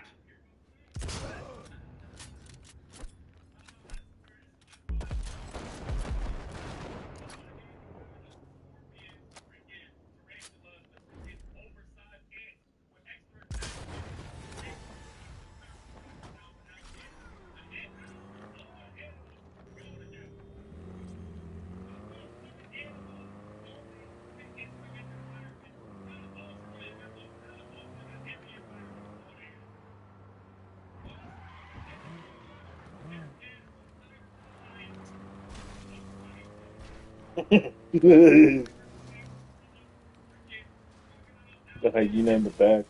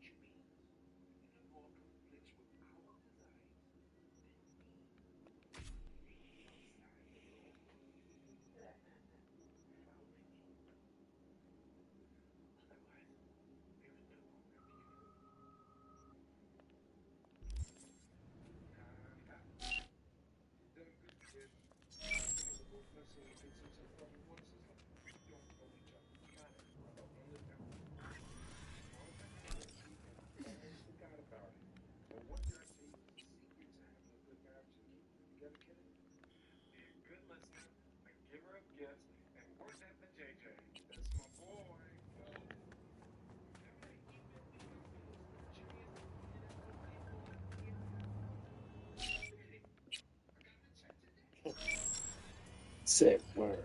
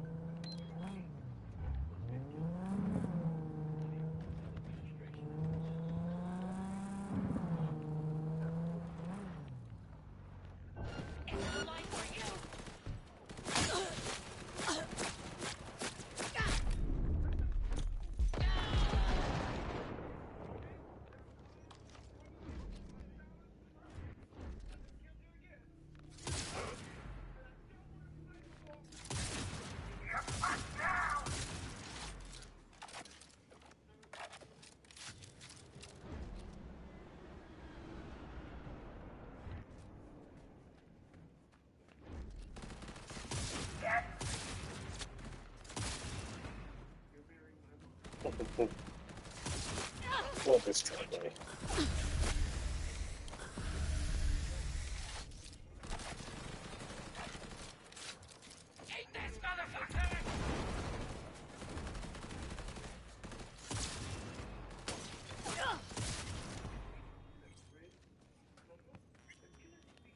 I'm gonna fuck your mom.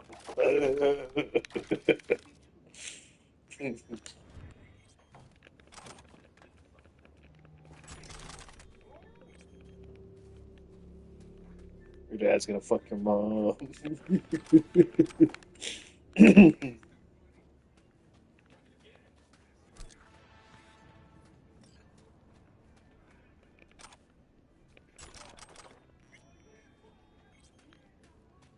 Yeah, that calm.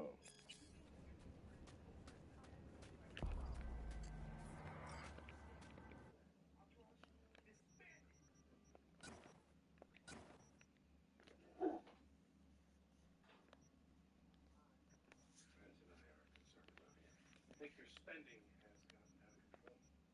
Give me an example. Well, you bought 3 hours of network prime time for your salute to Benny Hill.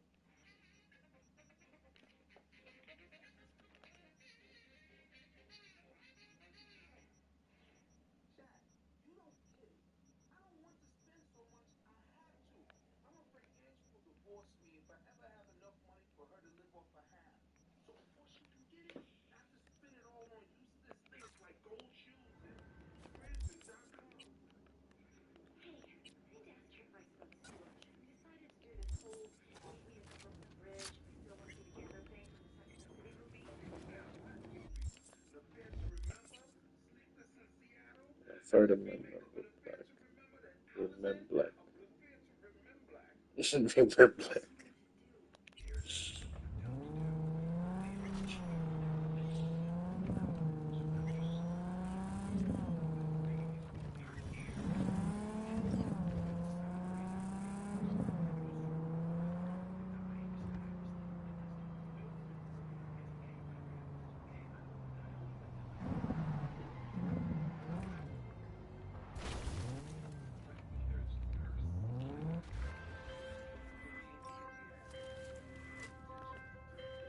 So listen, Maelstrom's got this Ripper doc.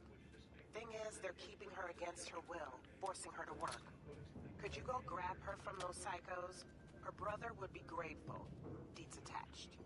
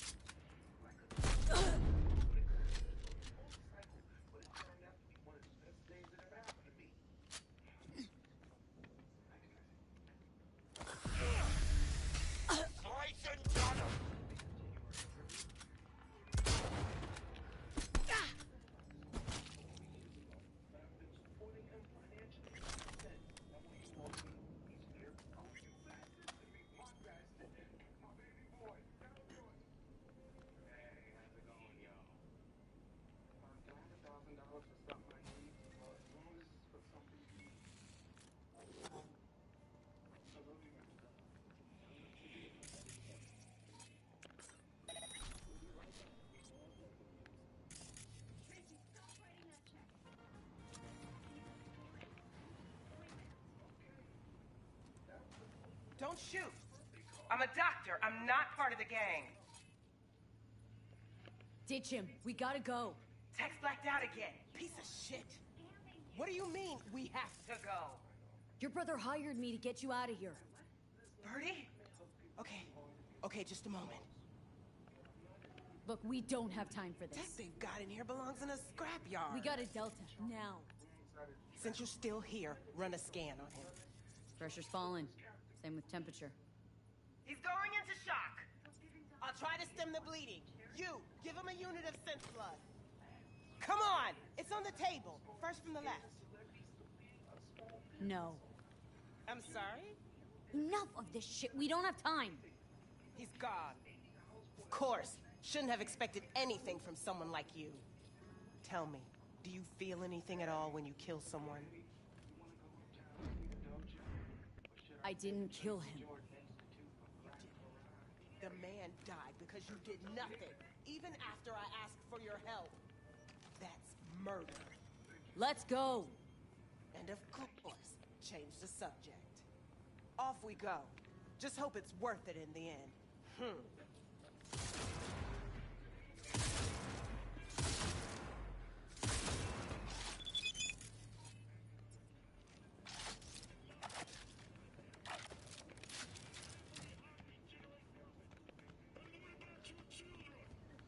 Keep close to me. Head down.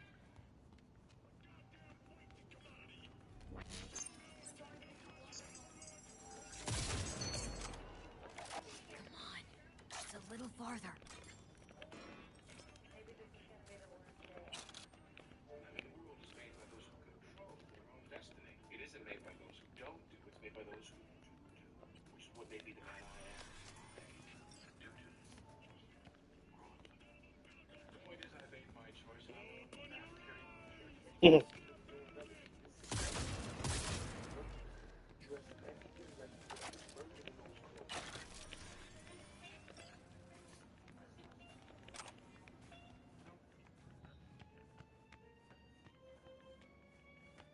Your Sure. ride. Get in.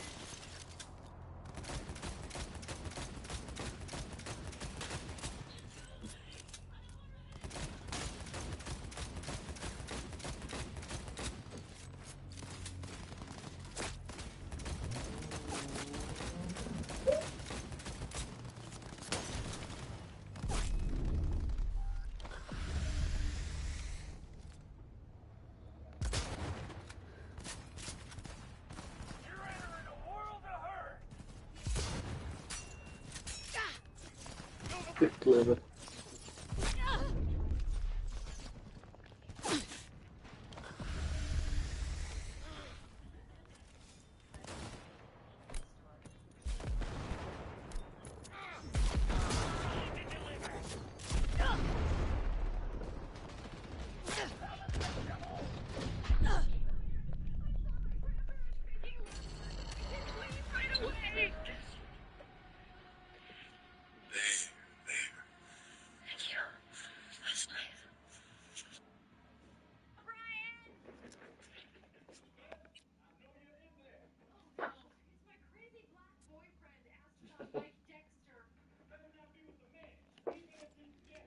Yeah.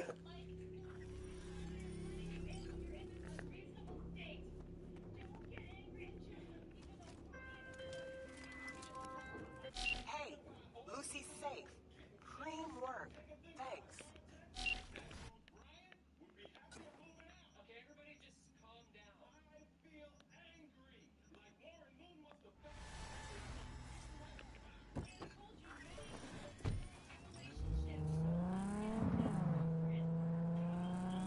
Yo, love.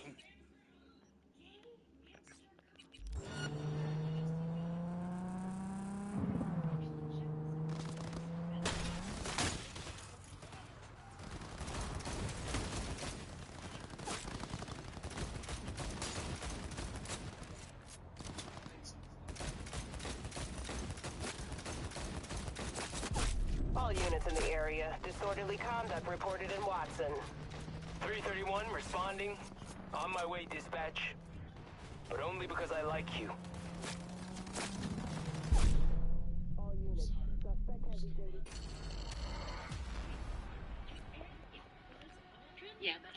Put her in the streets.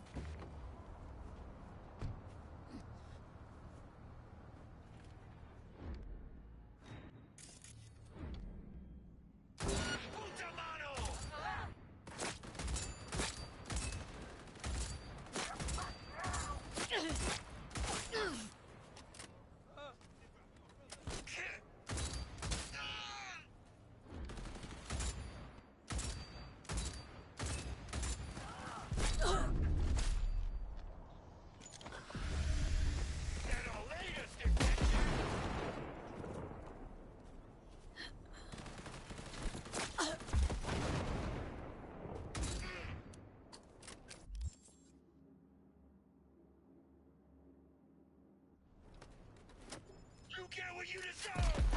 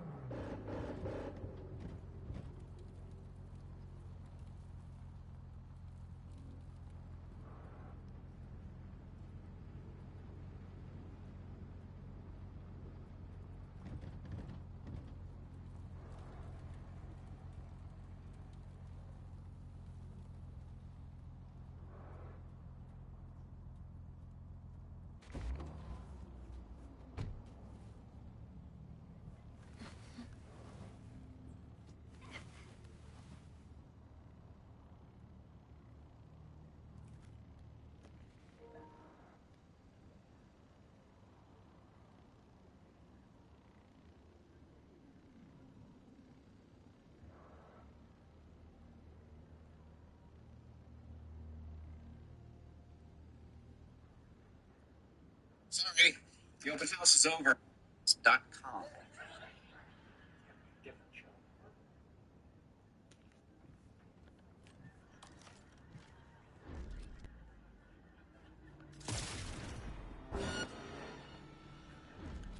Oh, fuck you myself!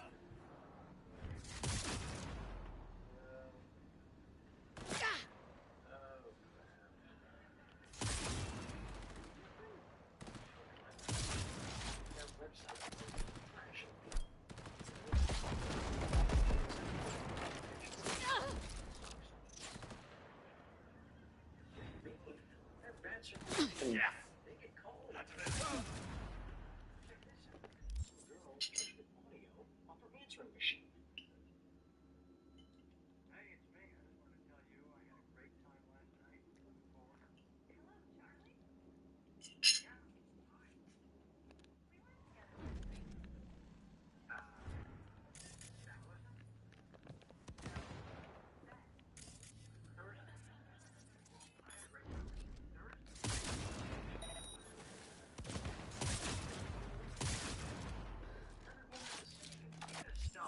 Every woman in the world. God. Well, you know what they say. Any publicity is good publicity. What I do requires secrecy. I need shadows and darkness. I'm like a magician. If everybody knows how I do it, it ceases to be entertaining. Frequently asked questions. Don't read that. Yeah, right. Okay. Question.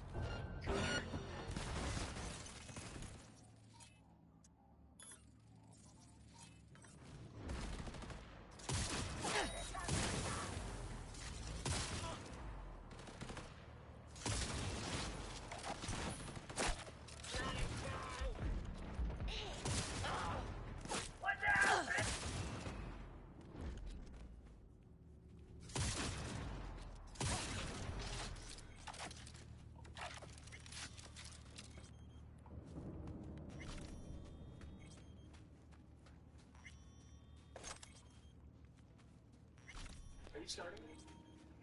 No, because I swear to God, I will not ever do it again. Sorry. I'm sorry. Pookie. Finish your story out. A lot of beer, scratch my ass, and watch a whole bunch of girl on girl. The best. Doing here. I came over to talk to you about a new account, and you weren't here, so he invited me to Big Sur for the weekend. It's not what it sounds like. Yes, it is. He looked into my eyes and told me I had a type to the breadbasket. The other night at the party, there was obviously a lot of friction between you two, and I'm really sorry. Yeah. I'll bet you're really sorry. How do you expect me to keep working for you now? Gosh, I hope you will. I'll make it up to you. How? How could you possibly make up for this incredible betrayal? I'll get you more money. Done. Now get out.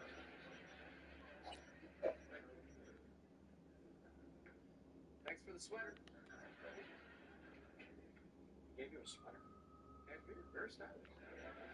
And thank you. For what? I didn't get you anything. Stood up for a relationship. What relationship? We're not gay. No, but if we were, we wouldn't let anybody steal it. I think that's sweet. I was just trying to get more money out of him. It's over much too much. Whatever you say.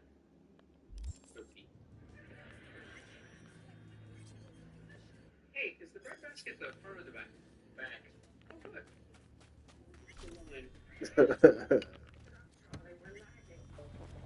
Break. Been to bed yet?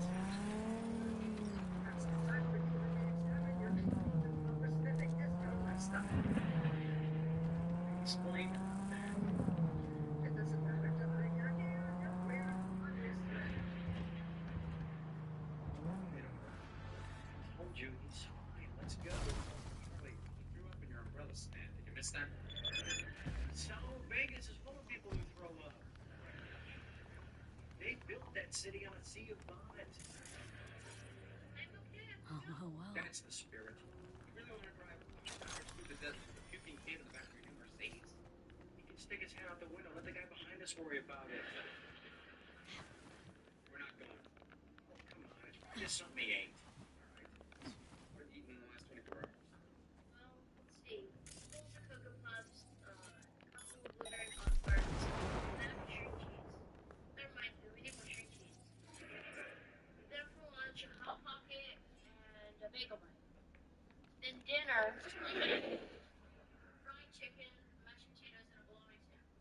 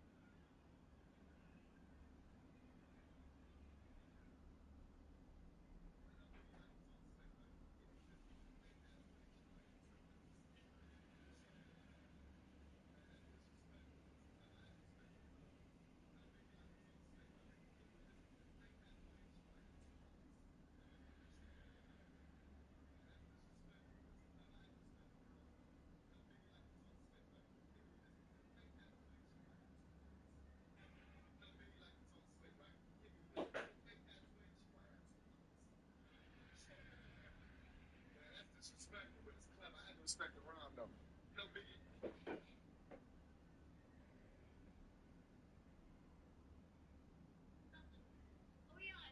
Uncle Charlie's and Bella said we're going to Vegas. Águilas Aztecas! When you were it's really a family town now. The mob are just a handful of souls. That helps. When were you planning on telling me about Vegas stage things? Oh, good, Jake. That helps. Hey, why don't you go lie down? Why? I'm fine. Uncle Charlie, would you like to get a mental scoop? I'll bet. I do not think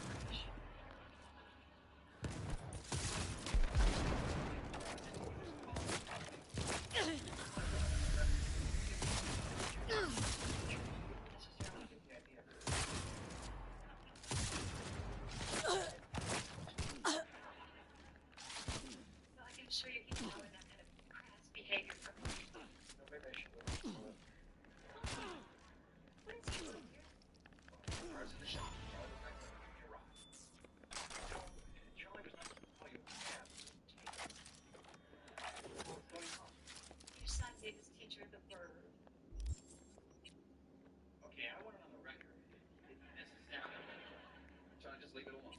What exactly happened? Well, I was writing on the board. Is this true? Yeah, I really thought you said it was easy. I'm afraid this is going to papers grounds for suspension. Here's your matinee.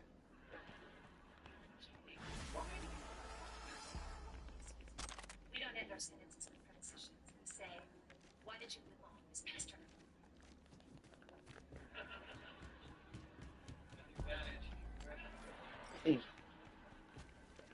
Jake, why did you flip off Mrs. Turner? Did you piss on me? Jake, I don't treat you any differently than any of the others do. Why? Shut up. You know what? I think I'd like to talk to you. I was going to tell myself. Buddy, have some.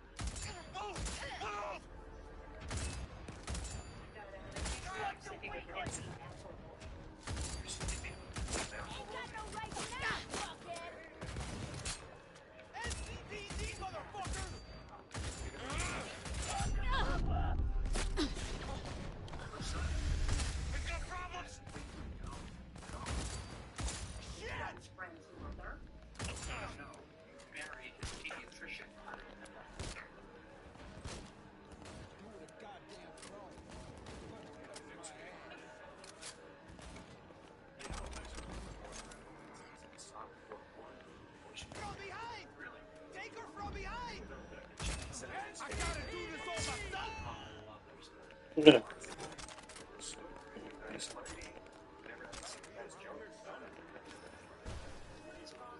fuck you want?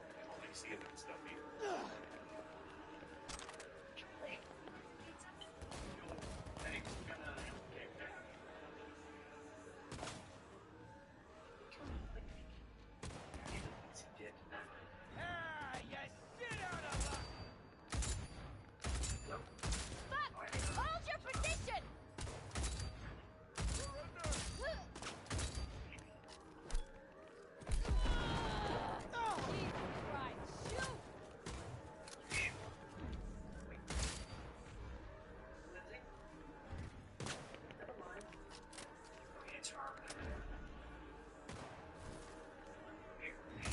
NCPD!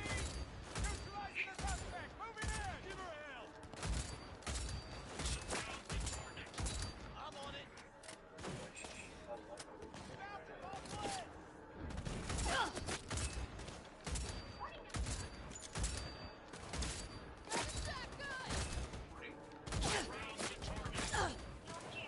NCPD!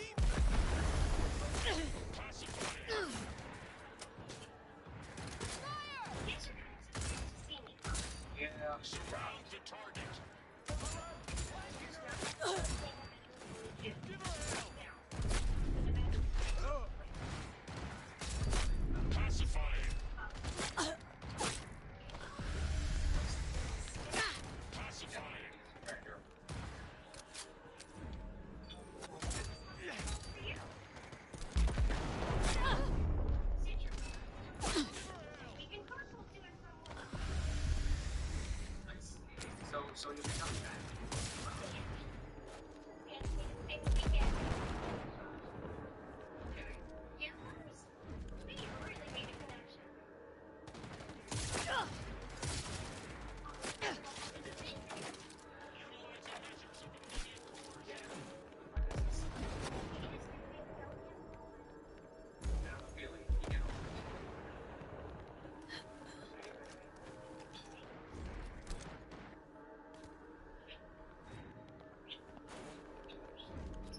I'm a...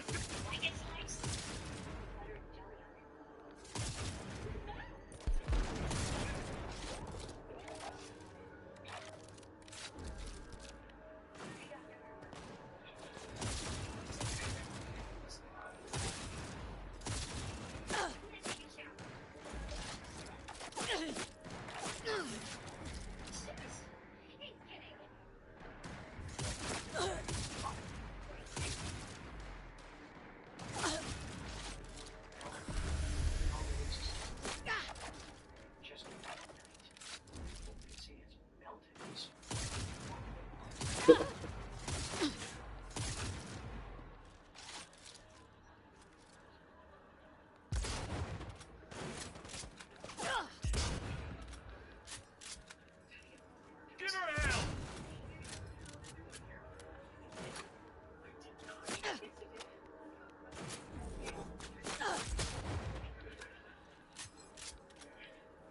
Fuck! Get it our asses handed to us out here!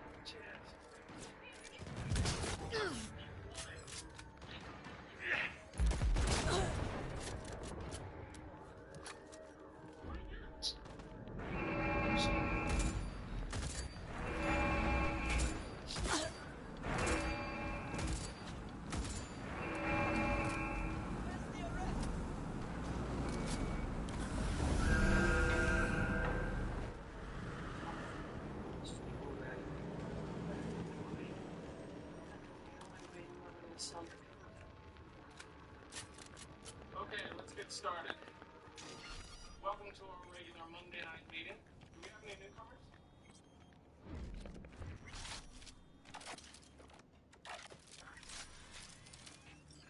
Charlie and my maid says I'm a sex addict.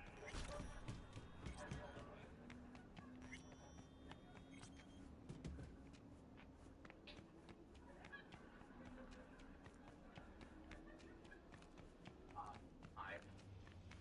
Alan, and I have a lovely condo for sale. And I'm a sex addict. It's Price to move.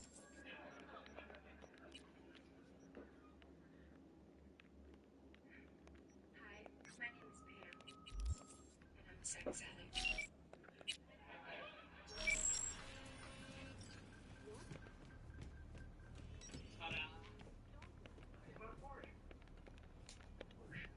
Porsche. What do you think? It's cute. What do you mean cute? I mean, it looks like my car's hot little girlfriend. Are you saying this is a chick car? Because it isn't. It's a Porsche. Yeah, the cute little one. No, it's the sporty one. If your sport is girls basketball. No, it's got the fuel injection and the rack and the pinion and the leather thingy to cover the hood. That's called a bra, Alan. It's made of leather. Never. It is not. It's a chick car. The salesman showed me brochures with pictures of guys driving it. Alan, if a monkey walked into the dealership, he'd have been showing pictures of monkeys driving it. Monkeys can't drive a stick. Come on, we'll go for a spin. Pick up Jake. Where'd you get the money for this? Where'd you get the money for this? Because they're not cheap. Oh, no, they are not. So where'd you get the money for this? Hmm? The money. Where'd you get it? Oh, I got it from... What? I got a loan from... Alan, where'd the money come from? I found it.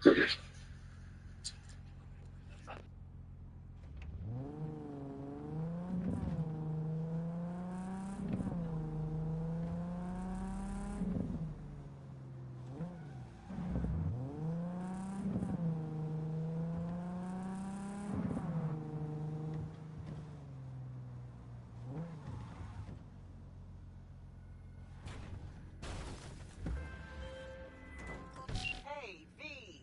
How's things? Still alive? Hope so, because I got a new gig for you. You got a clever recording of a Maelstrom initiation. Want to know more? Check what I attached.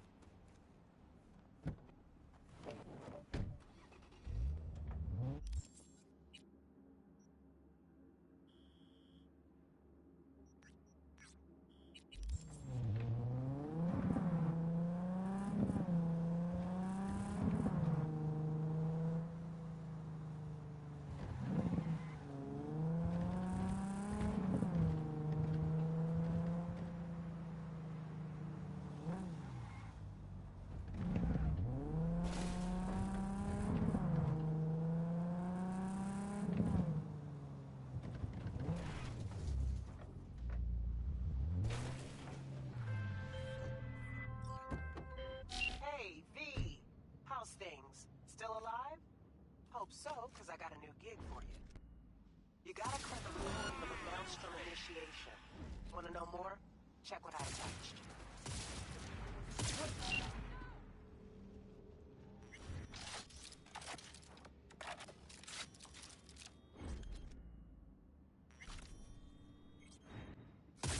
Back into my sights!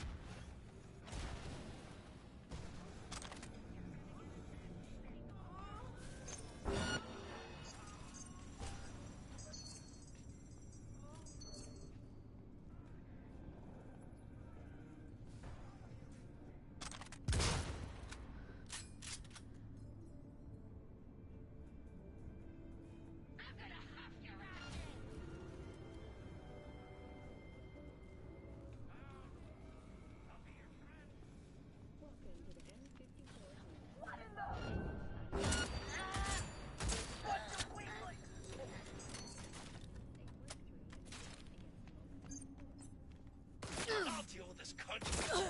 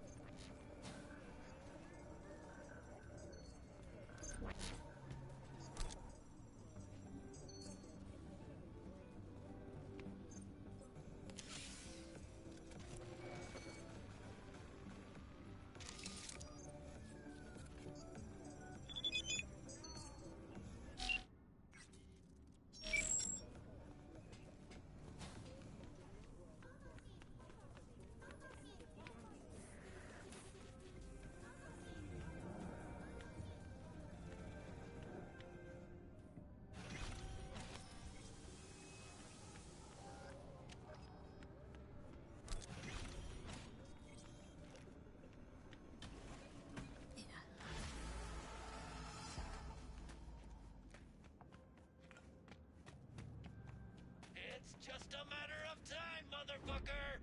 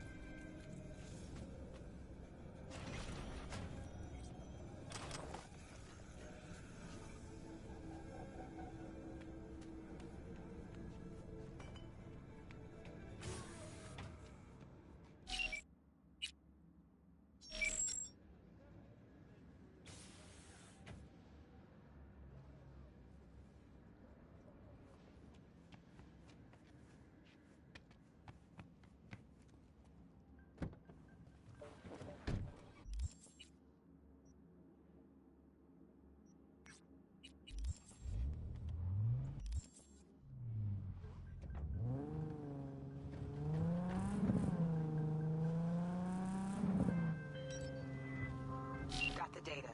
Thanks, V. Get closed.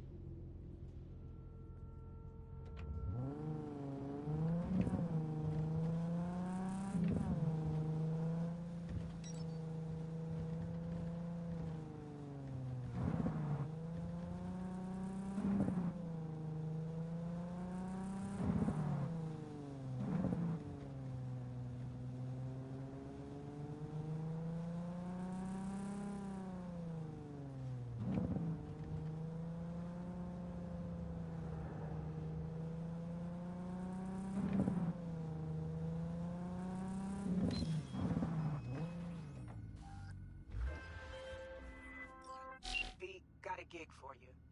One I'd rather not have. Bryce Stone, preacher on TV. His son was brutally murdered. Only way to catch this child killer is to get your hands on the original BD that recorded the whole thing. Yeah, you heard that right, unfortunately. More info attached.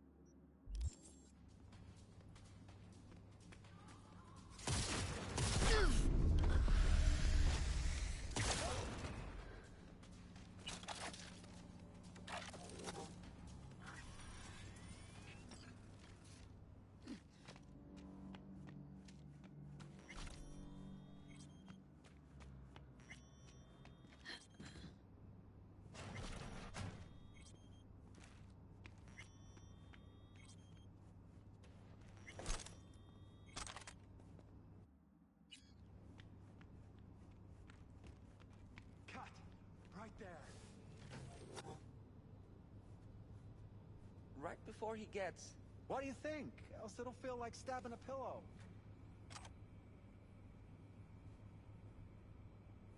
Okay, pulling up by one frame.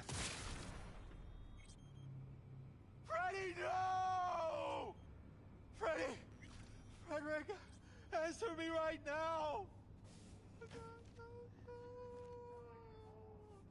My only boy, stay with me! Don't do this, don't.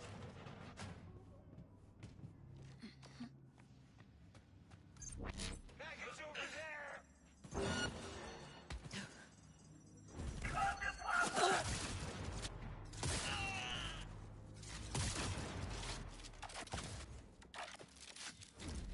Watch out!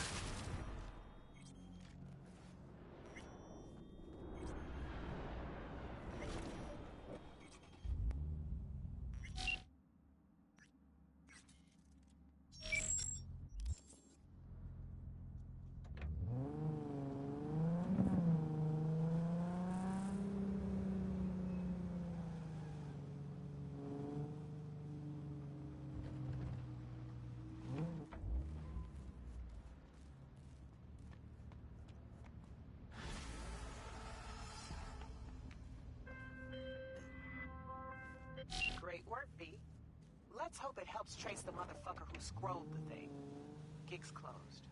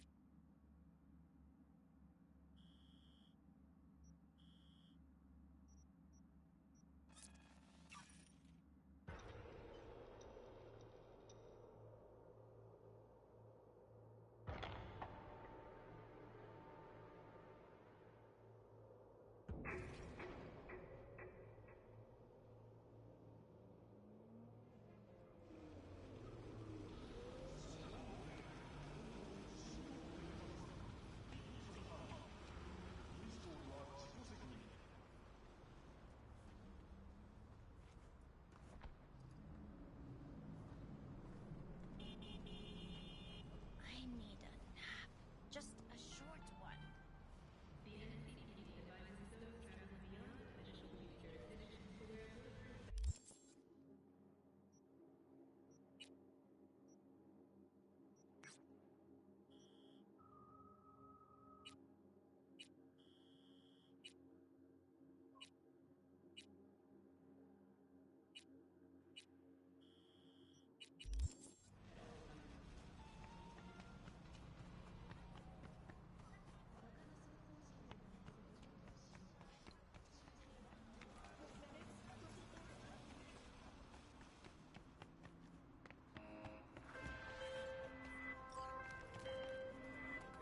V, got a rat problem on my block.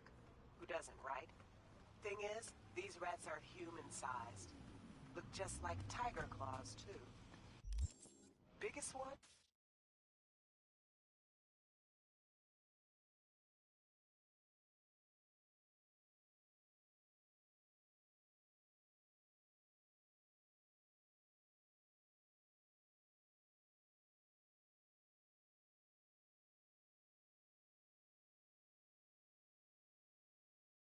is a certain Taki Kenmochi.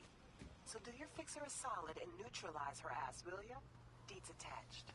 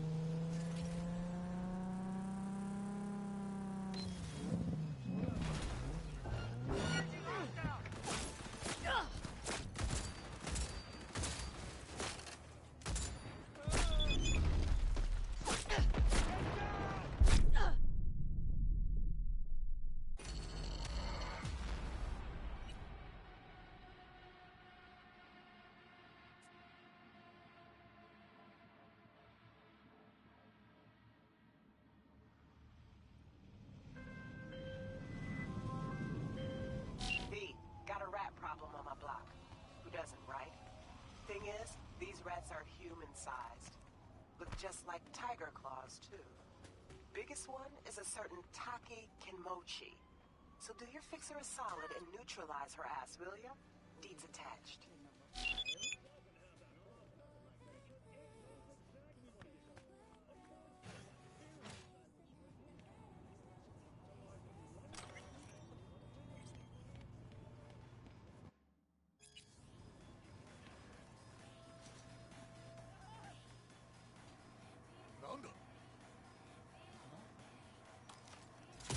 I'll make you my bitch!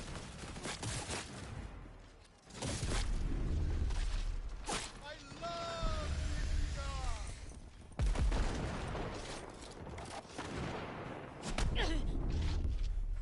I'll fuck you up, cunt!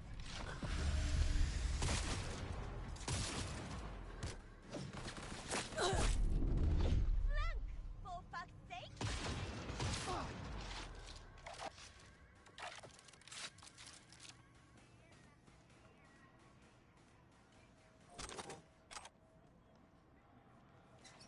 We'll show you, bitch!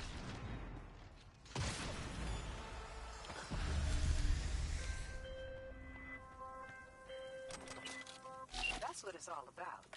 One less tiger in this town. Appreciate your problem-solving skills, V. Get closed.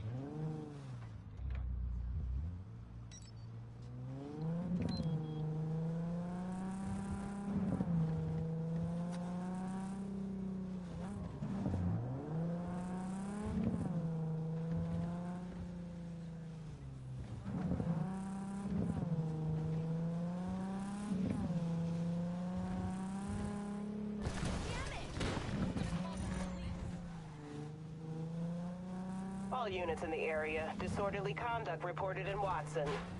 331 responding. On my way, dispatch. But only because I like you.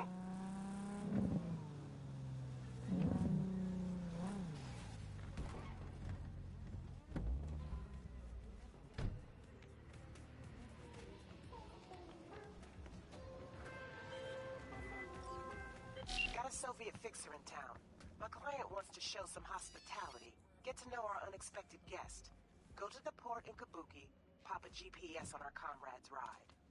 Car came with him all the way from the USSR. More info attached.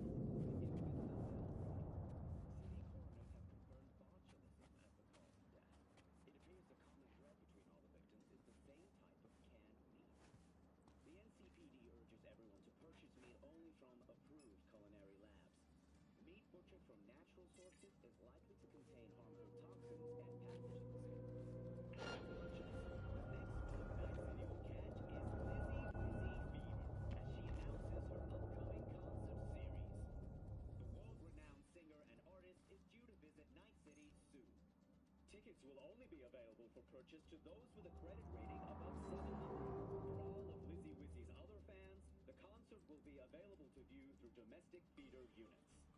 And that's your latest, Night City. Until next time.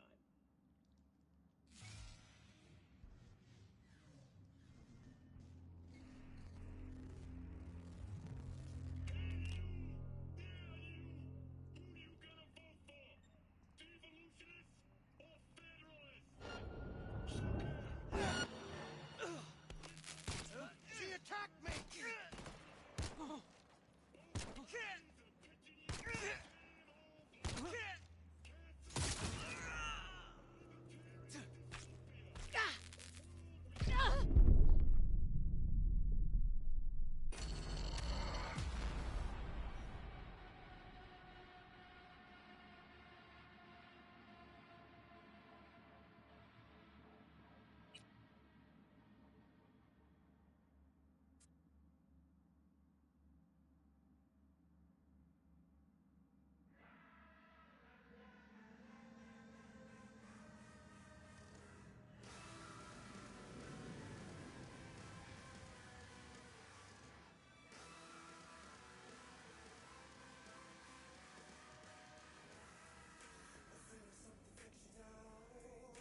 I'm breaking something beautiful. Afraid of something fictional, mystical, mythical, super fucking natural. In a self-abusing carnival, without a god or a know-it-all. In a self-abusing carnival, biblical, criminal, super fucking natural, God.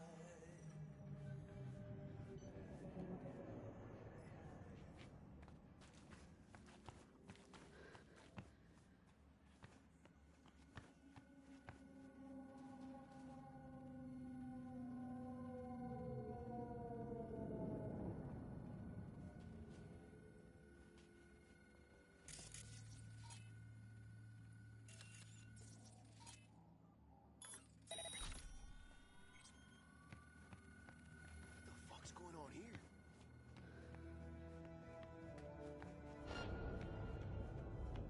Come on out! Enough games!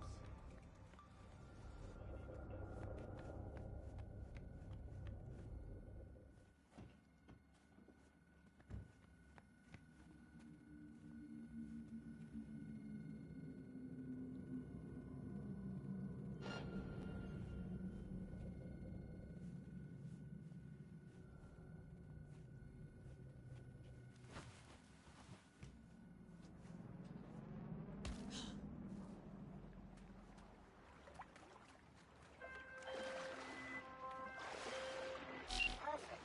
Silent and effective, just like in the movies. Except we don't make that sort of scratch, but can't have everything, right? Gig closed.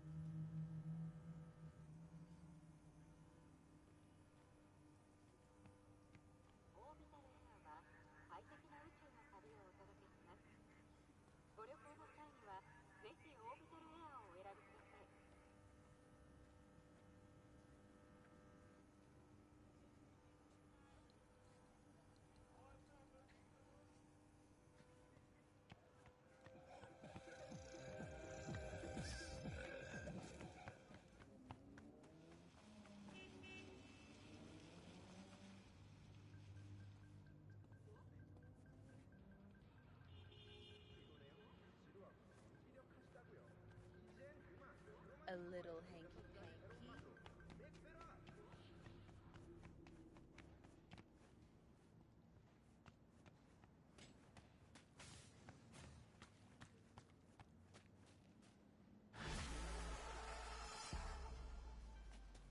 The NCPD advises those traveling beyond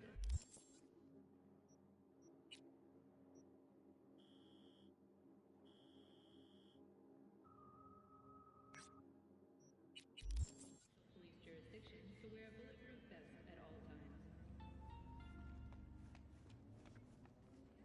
다른 운전자를 상대로 총기를 사용하는 경우 수정과 대응조의 보호를 받을 수 없습니다.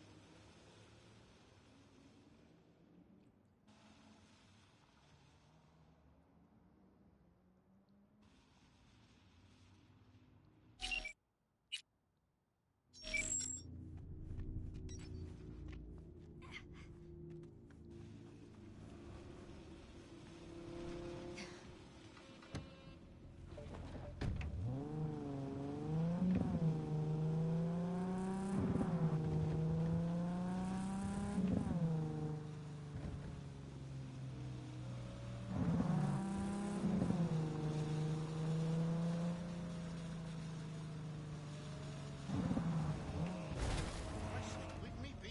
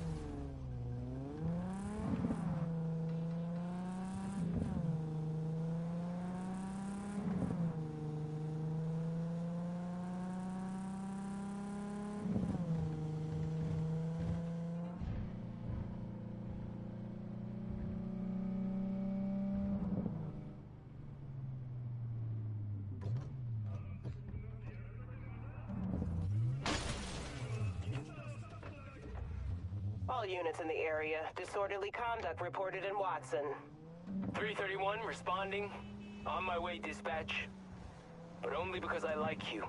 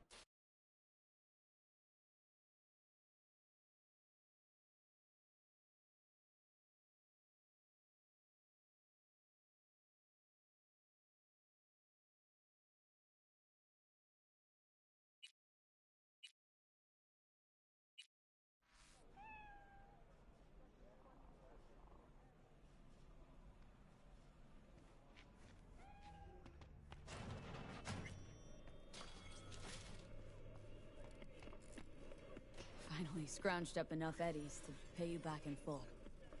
Hold on to them just in case. You need them more than me. Not taking them all the way to my grave, Vic. Here. And thanks again for doing so much work on me without ever seeing an any. That's what friends are for. Was thinking about swapping some chrome. Got any new toys? Have a look.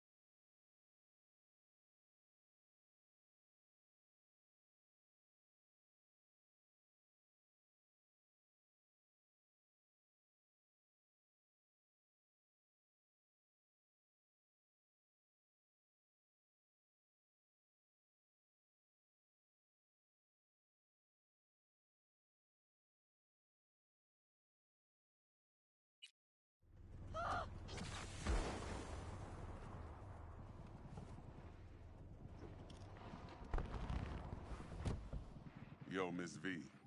A pleasure. Dexter Deshawn in the flesh. Ample indeed. Let's roll. Mind if I ask you something right off the bat? Would you rather live in peace as Miss Nobody, die ripe, old, and smelling slightly of urine, or go down for all times in a blaze of glory, smelling near like posers without seeing your 30?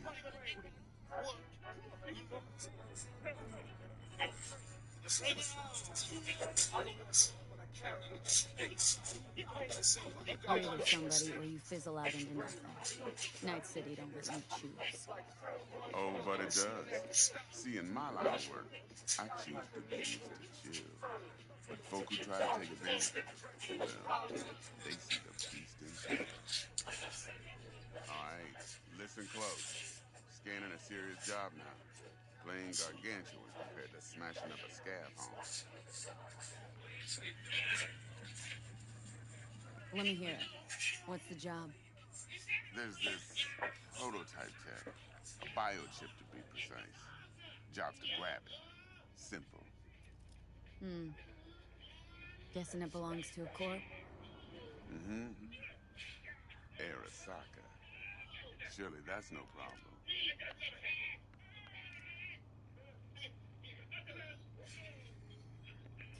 Corps don't deserve special treatment. Shit, you ain't playing around. Got a feeling this could be a start of a beautiful friendship built on heaps of A's. You work this out? Got a plan? Two things. First, a conundrum with the Maelstrom boys. Needs active resolving that. Second, a rendezvous. Simple. Client who brought us the job's anxious. She wants to parlay with one of the team.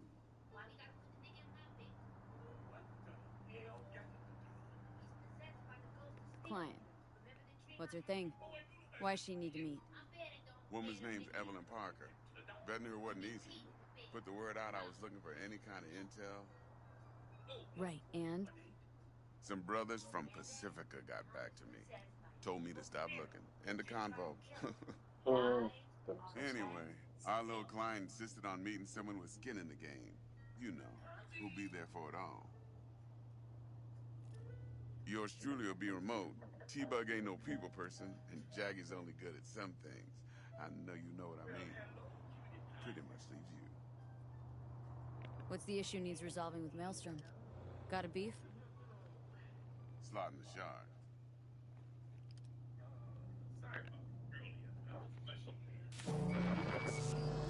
Got a classic tale for you. Psycho gang doing its thing 2 weeks back. Jumped a Militech convoy. Got away with the gear. Corp don't even know Maelstrom's involved. Now see, convoy was carrying the Flathead, a little combat bot, a prototype. And I need that bit of high-grade military tech. Because if we don't get that bot, we don't get no soccer chip. And we sure as hell don't get no happily ever after. But don't get excited. It's a single-use toy. Nah, I flat out purchased the damn thing from Maelstrom. Problem is, I did so from a gent went by the name of Brick. I say when, because Brick was the leader. 3 days after we'd sealed our deal, his friend and gangmate, one Simon Randall, a.k.a. Royce, plain dropped his ass. Royce is in charge now, and I got no way of knowing if he aims to honor his predecessor's word. To add to this shitstorm, one merited scout of Militech has developed an interest in said convoy.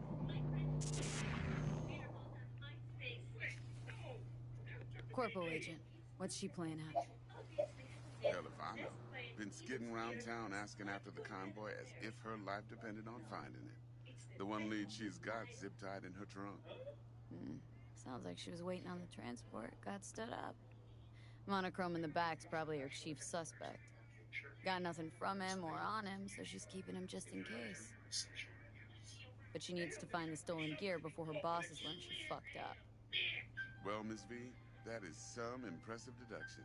Naturally, use that intel as you please. Preferably well.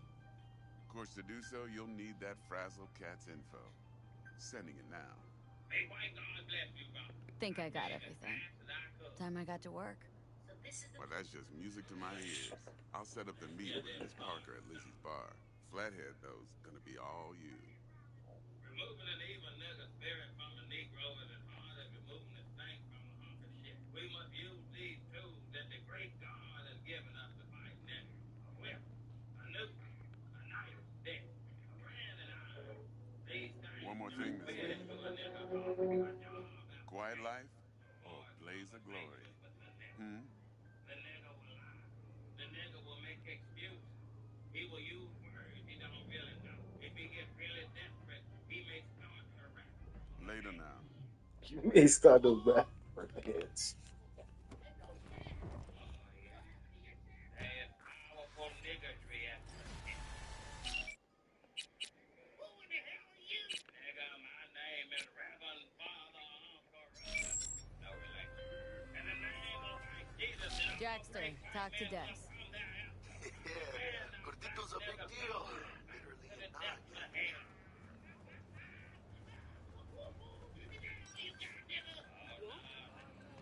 Claimed to want to check our pro cred, but to me it feels more like he tangled us up with Maelstrom and Militech. There's this combat bot military prototype. Maelstrom clept it, then Dex paid to take it off their hands just before the Gangoons had a switch up in management. Right, heard about that. Royce versus Brick. Hostile takeover. About sums it up. Dex wants us talking to Royce. Gave the deets of some Militech agent too, but don't know how much help she stands to be.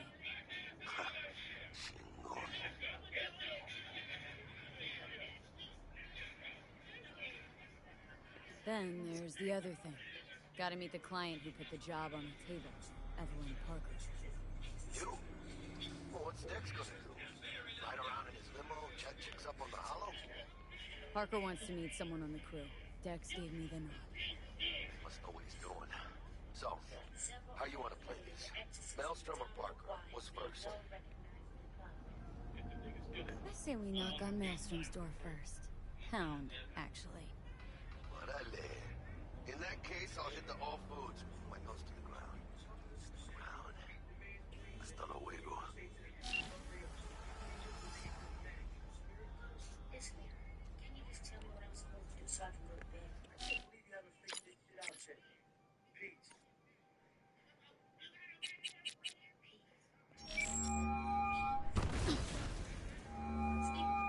Stout here. Start by telling me how you got this number. No more than your number. Heard you misplaced a convoy. You shut him up. Spill what you know. Don't make me wait.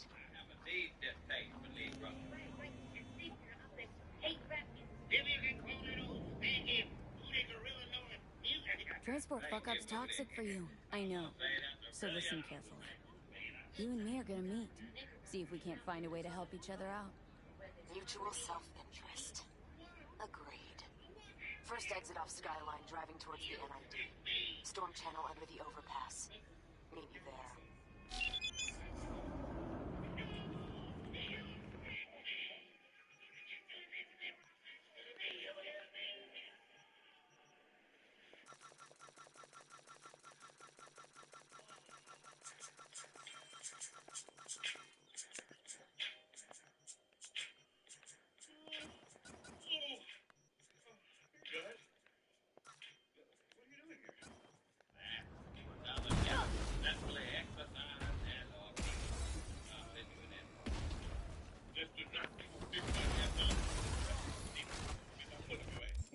A foot up your ass.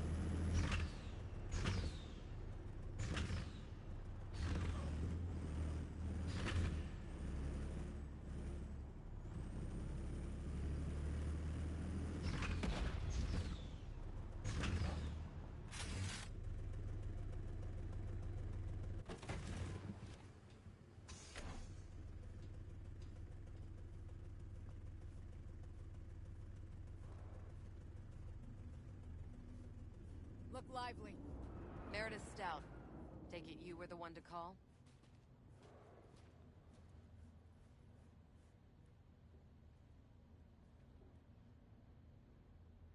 That'd be me. Thought you could blackmail me, bitch? Set conditions? Got any more for me? Calm the fuck down! I just want to talk. Christ, Meredith! Shut your trap! That fucking thing ready? All set. Now answer my questions. Honestly, forthrightly. Are you here alone? I'll tell you who's alone. You. Failed to recover that transport, and you're done. With not a soul willing to help. Not another word. Do a sweep, now. Now listen close. This piece of shit, Anthony Gilchrist. Is he your contact? Is he the one who leaked intel on the convoy? Got no ties to Militech. None. Checks out. So how the fuck do you know so much? Come on, all corps use the same playbook. I know the game inside out. Listen, I know where the transport is. I can help you. Just want a favor in return. I told you! I fucking told you! I'm not the mole! Jesus Christ! Shut him up! Unhand me now before I... Her you can let go. Wanna hear what she has to say?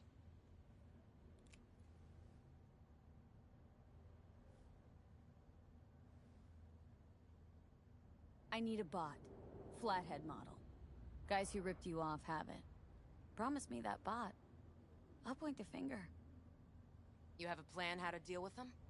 Could just take it by force, but they're expecting payment, so I could go that route too. Fine, the latter. But on one condition. You pay with our money.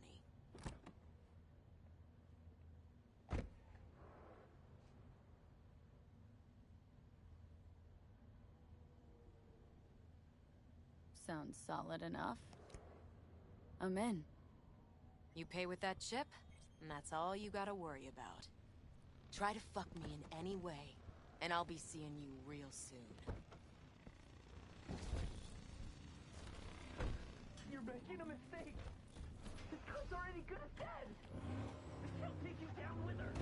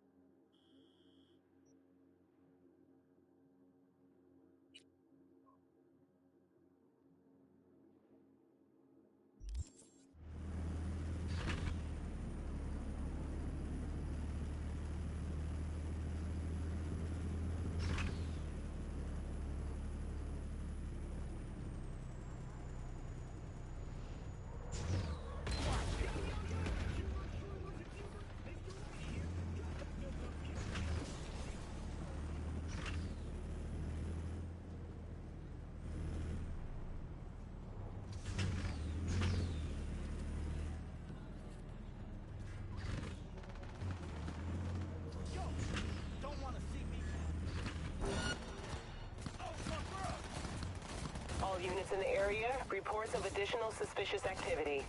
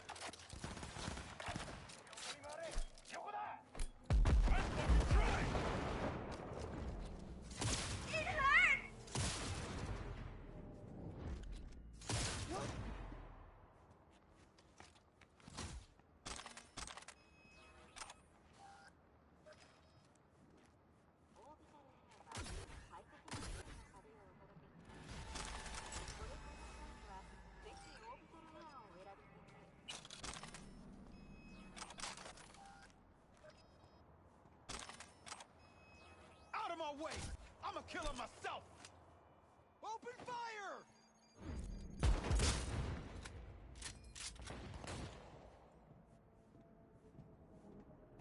NCPD! I reloaded!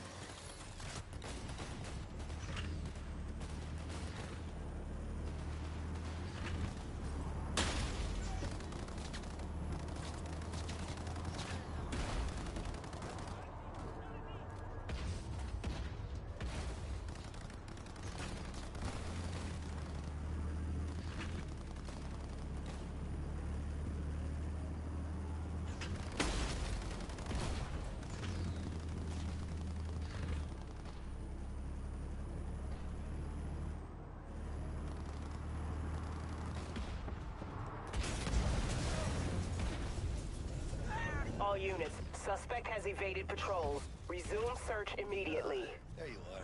Suspect's vehicle has been located. Details have been sent. All units in the area, order has been restored. All units instructed to return to patrol. Vaya por fin. Let me hear what you squared away. So, Dex already paid the Maelstromers for the Corpo bot. Thing is, can't be sure the Gangoons are still willing to hand it over. He paid up front? Híjole. Well, whatever. Let's go get this tech. You scheme yet? You got a plan? We buy it. I got the eddies. Did you just say Dex already forked over? So we pay again. Keep trouble to a minimum. So, into the Borg Beast den? Let's go see the...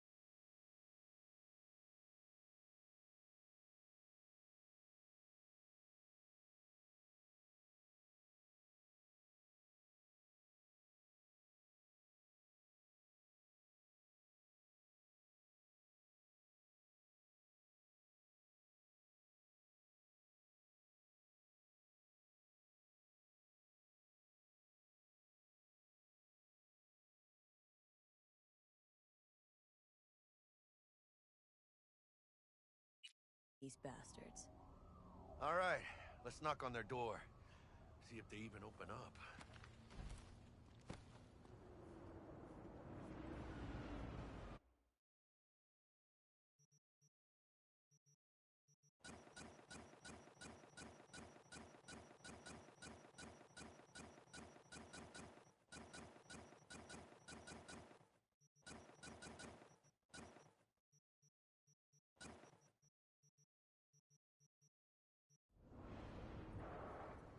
I hate these Borg fuckers. This had to be...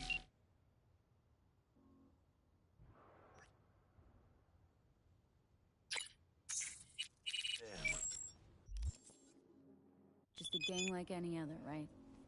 I'll take the Valentinos. They follow God and the Santa Madre. Honor means something to them. You know what they want, how they get it, and what pisses them the fuck off. With Maelstrom, you just never know.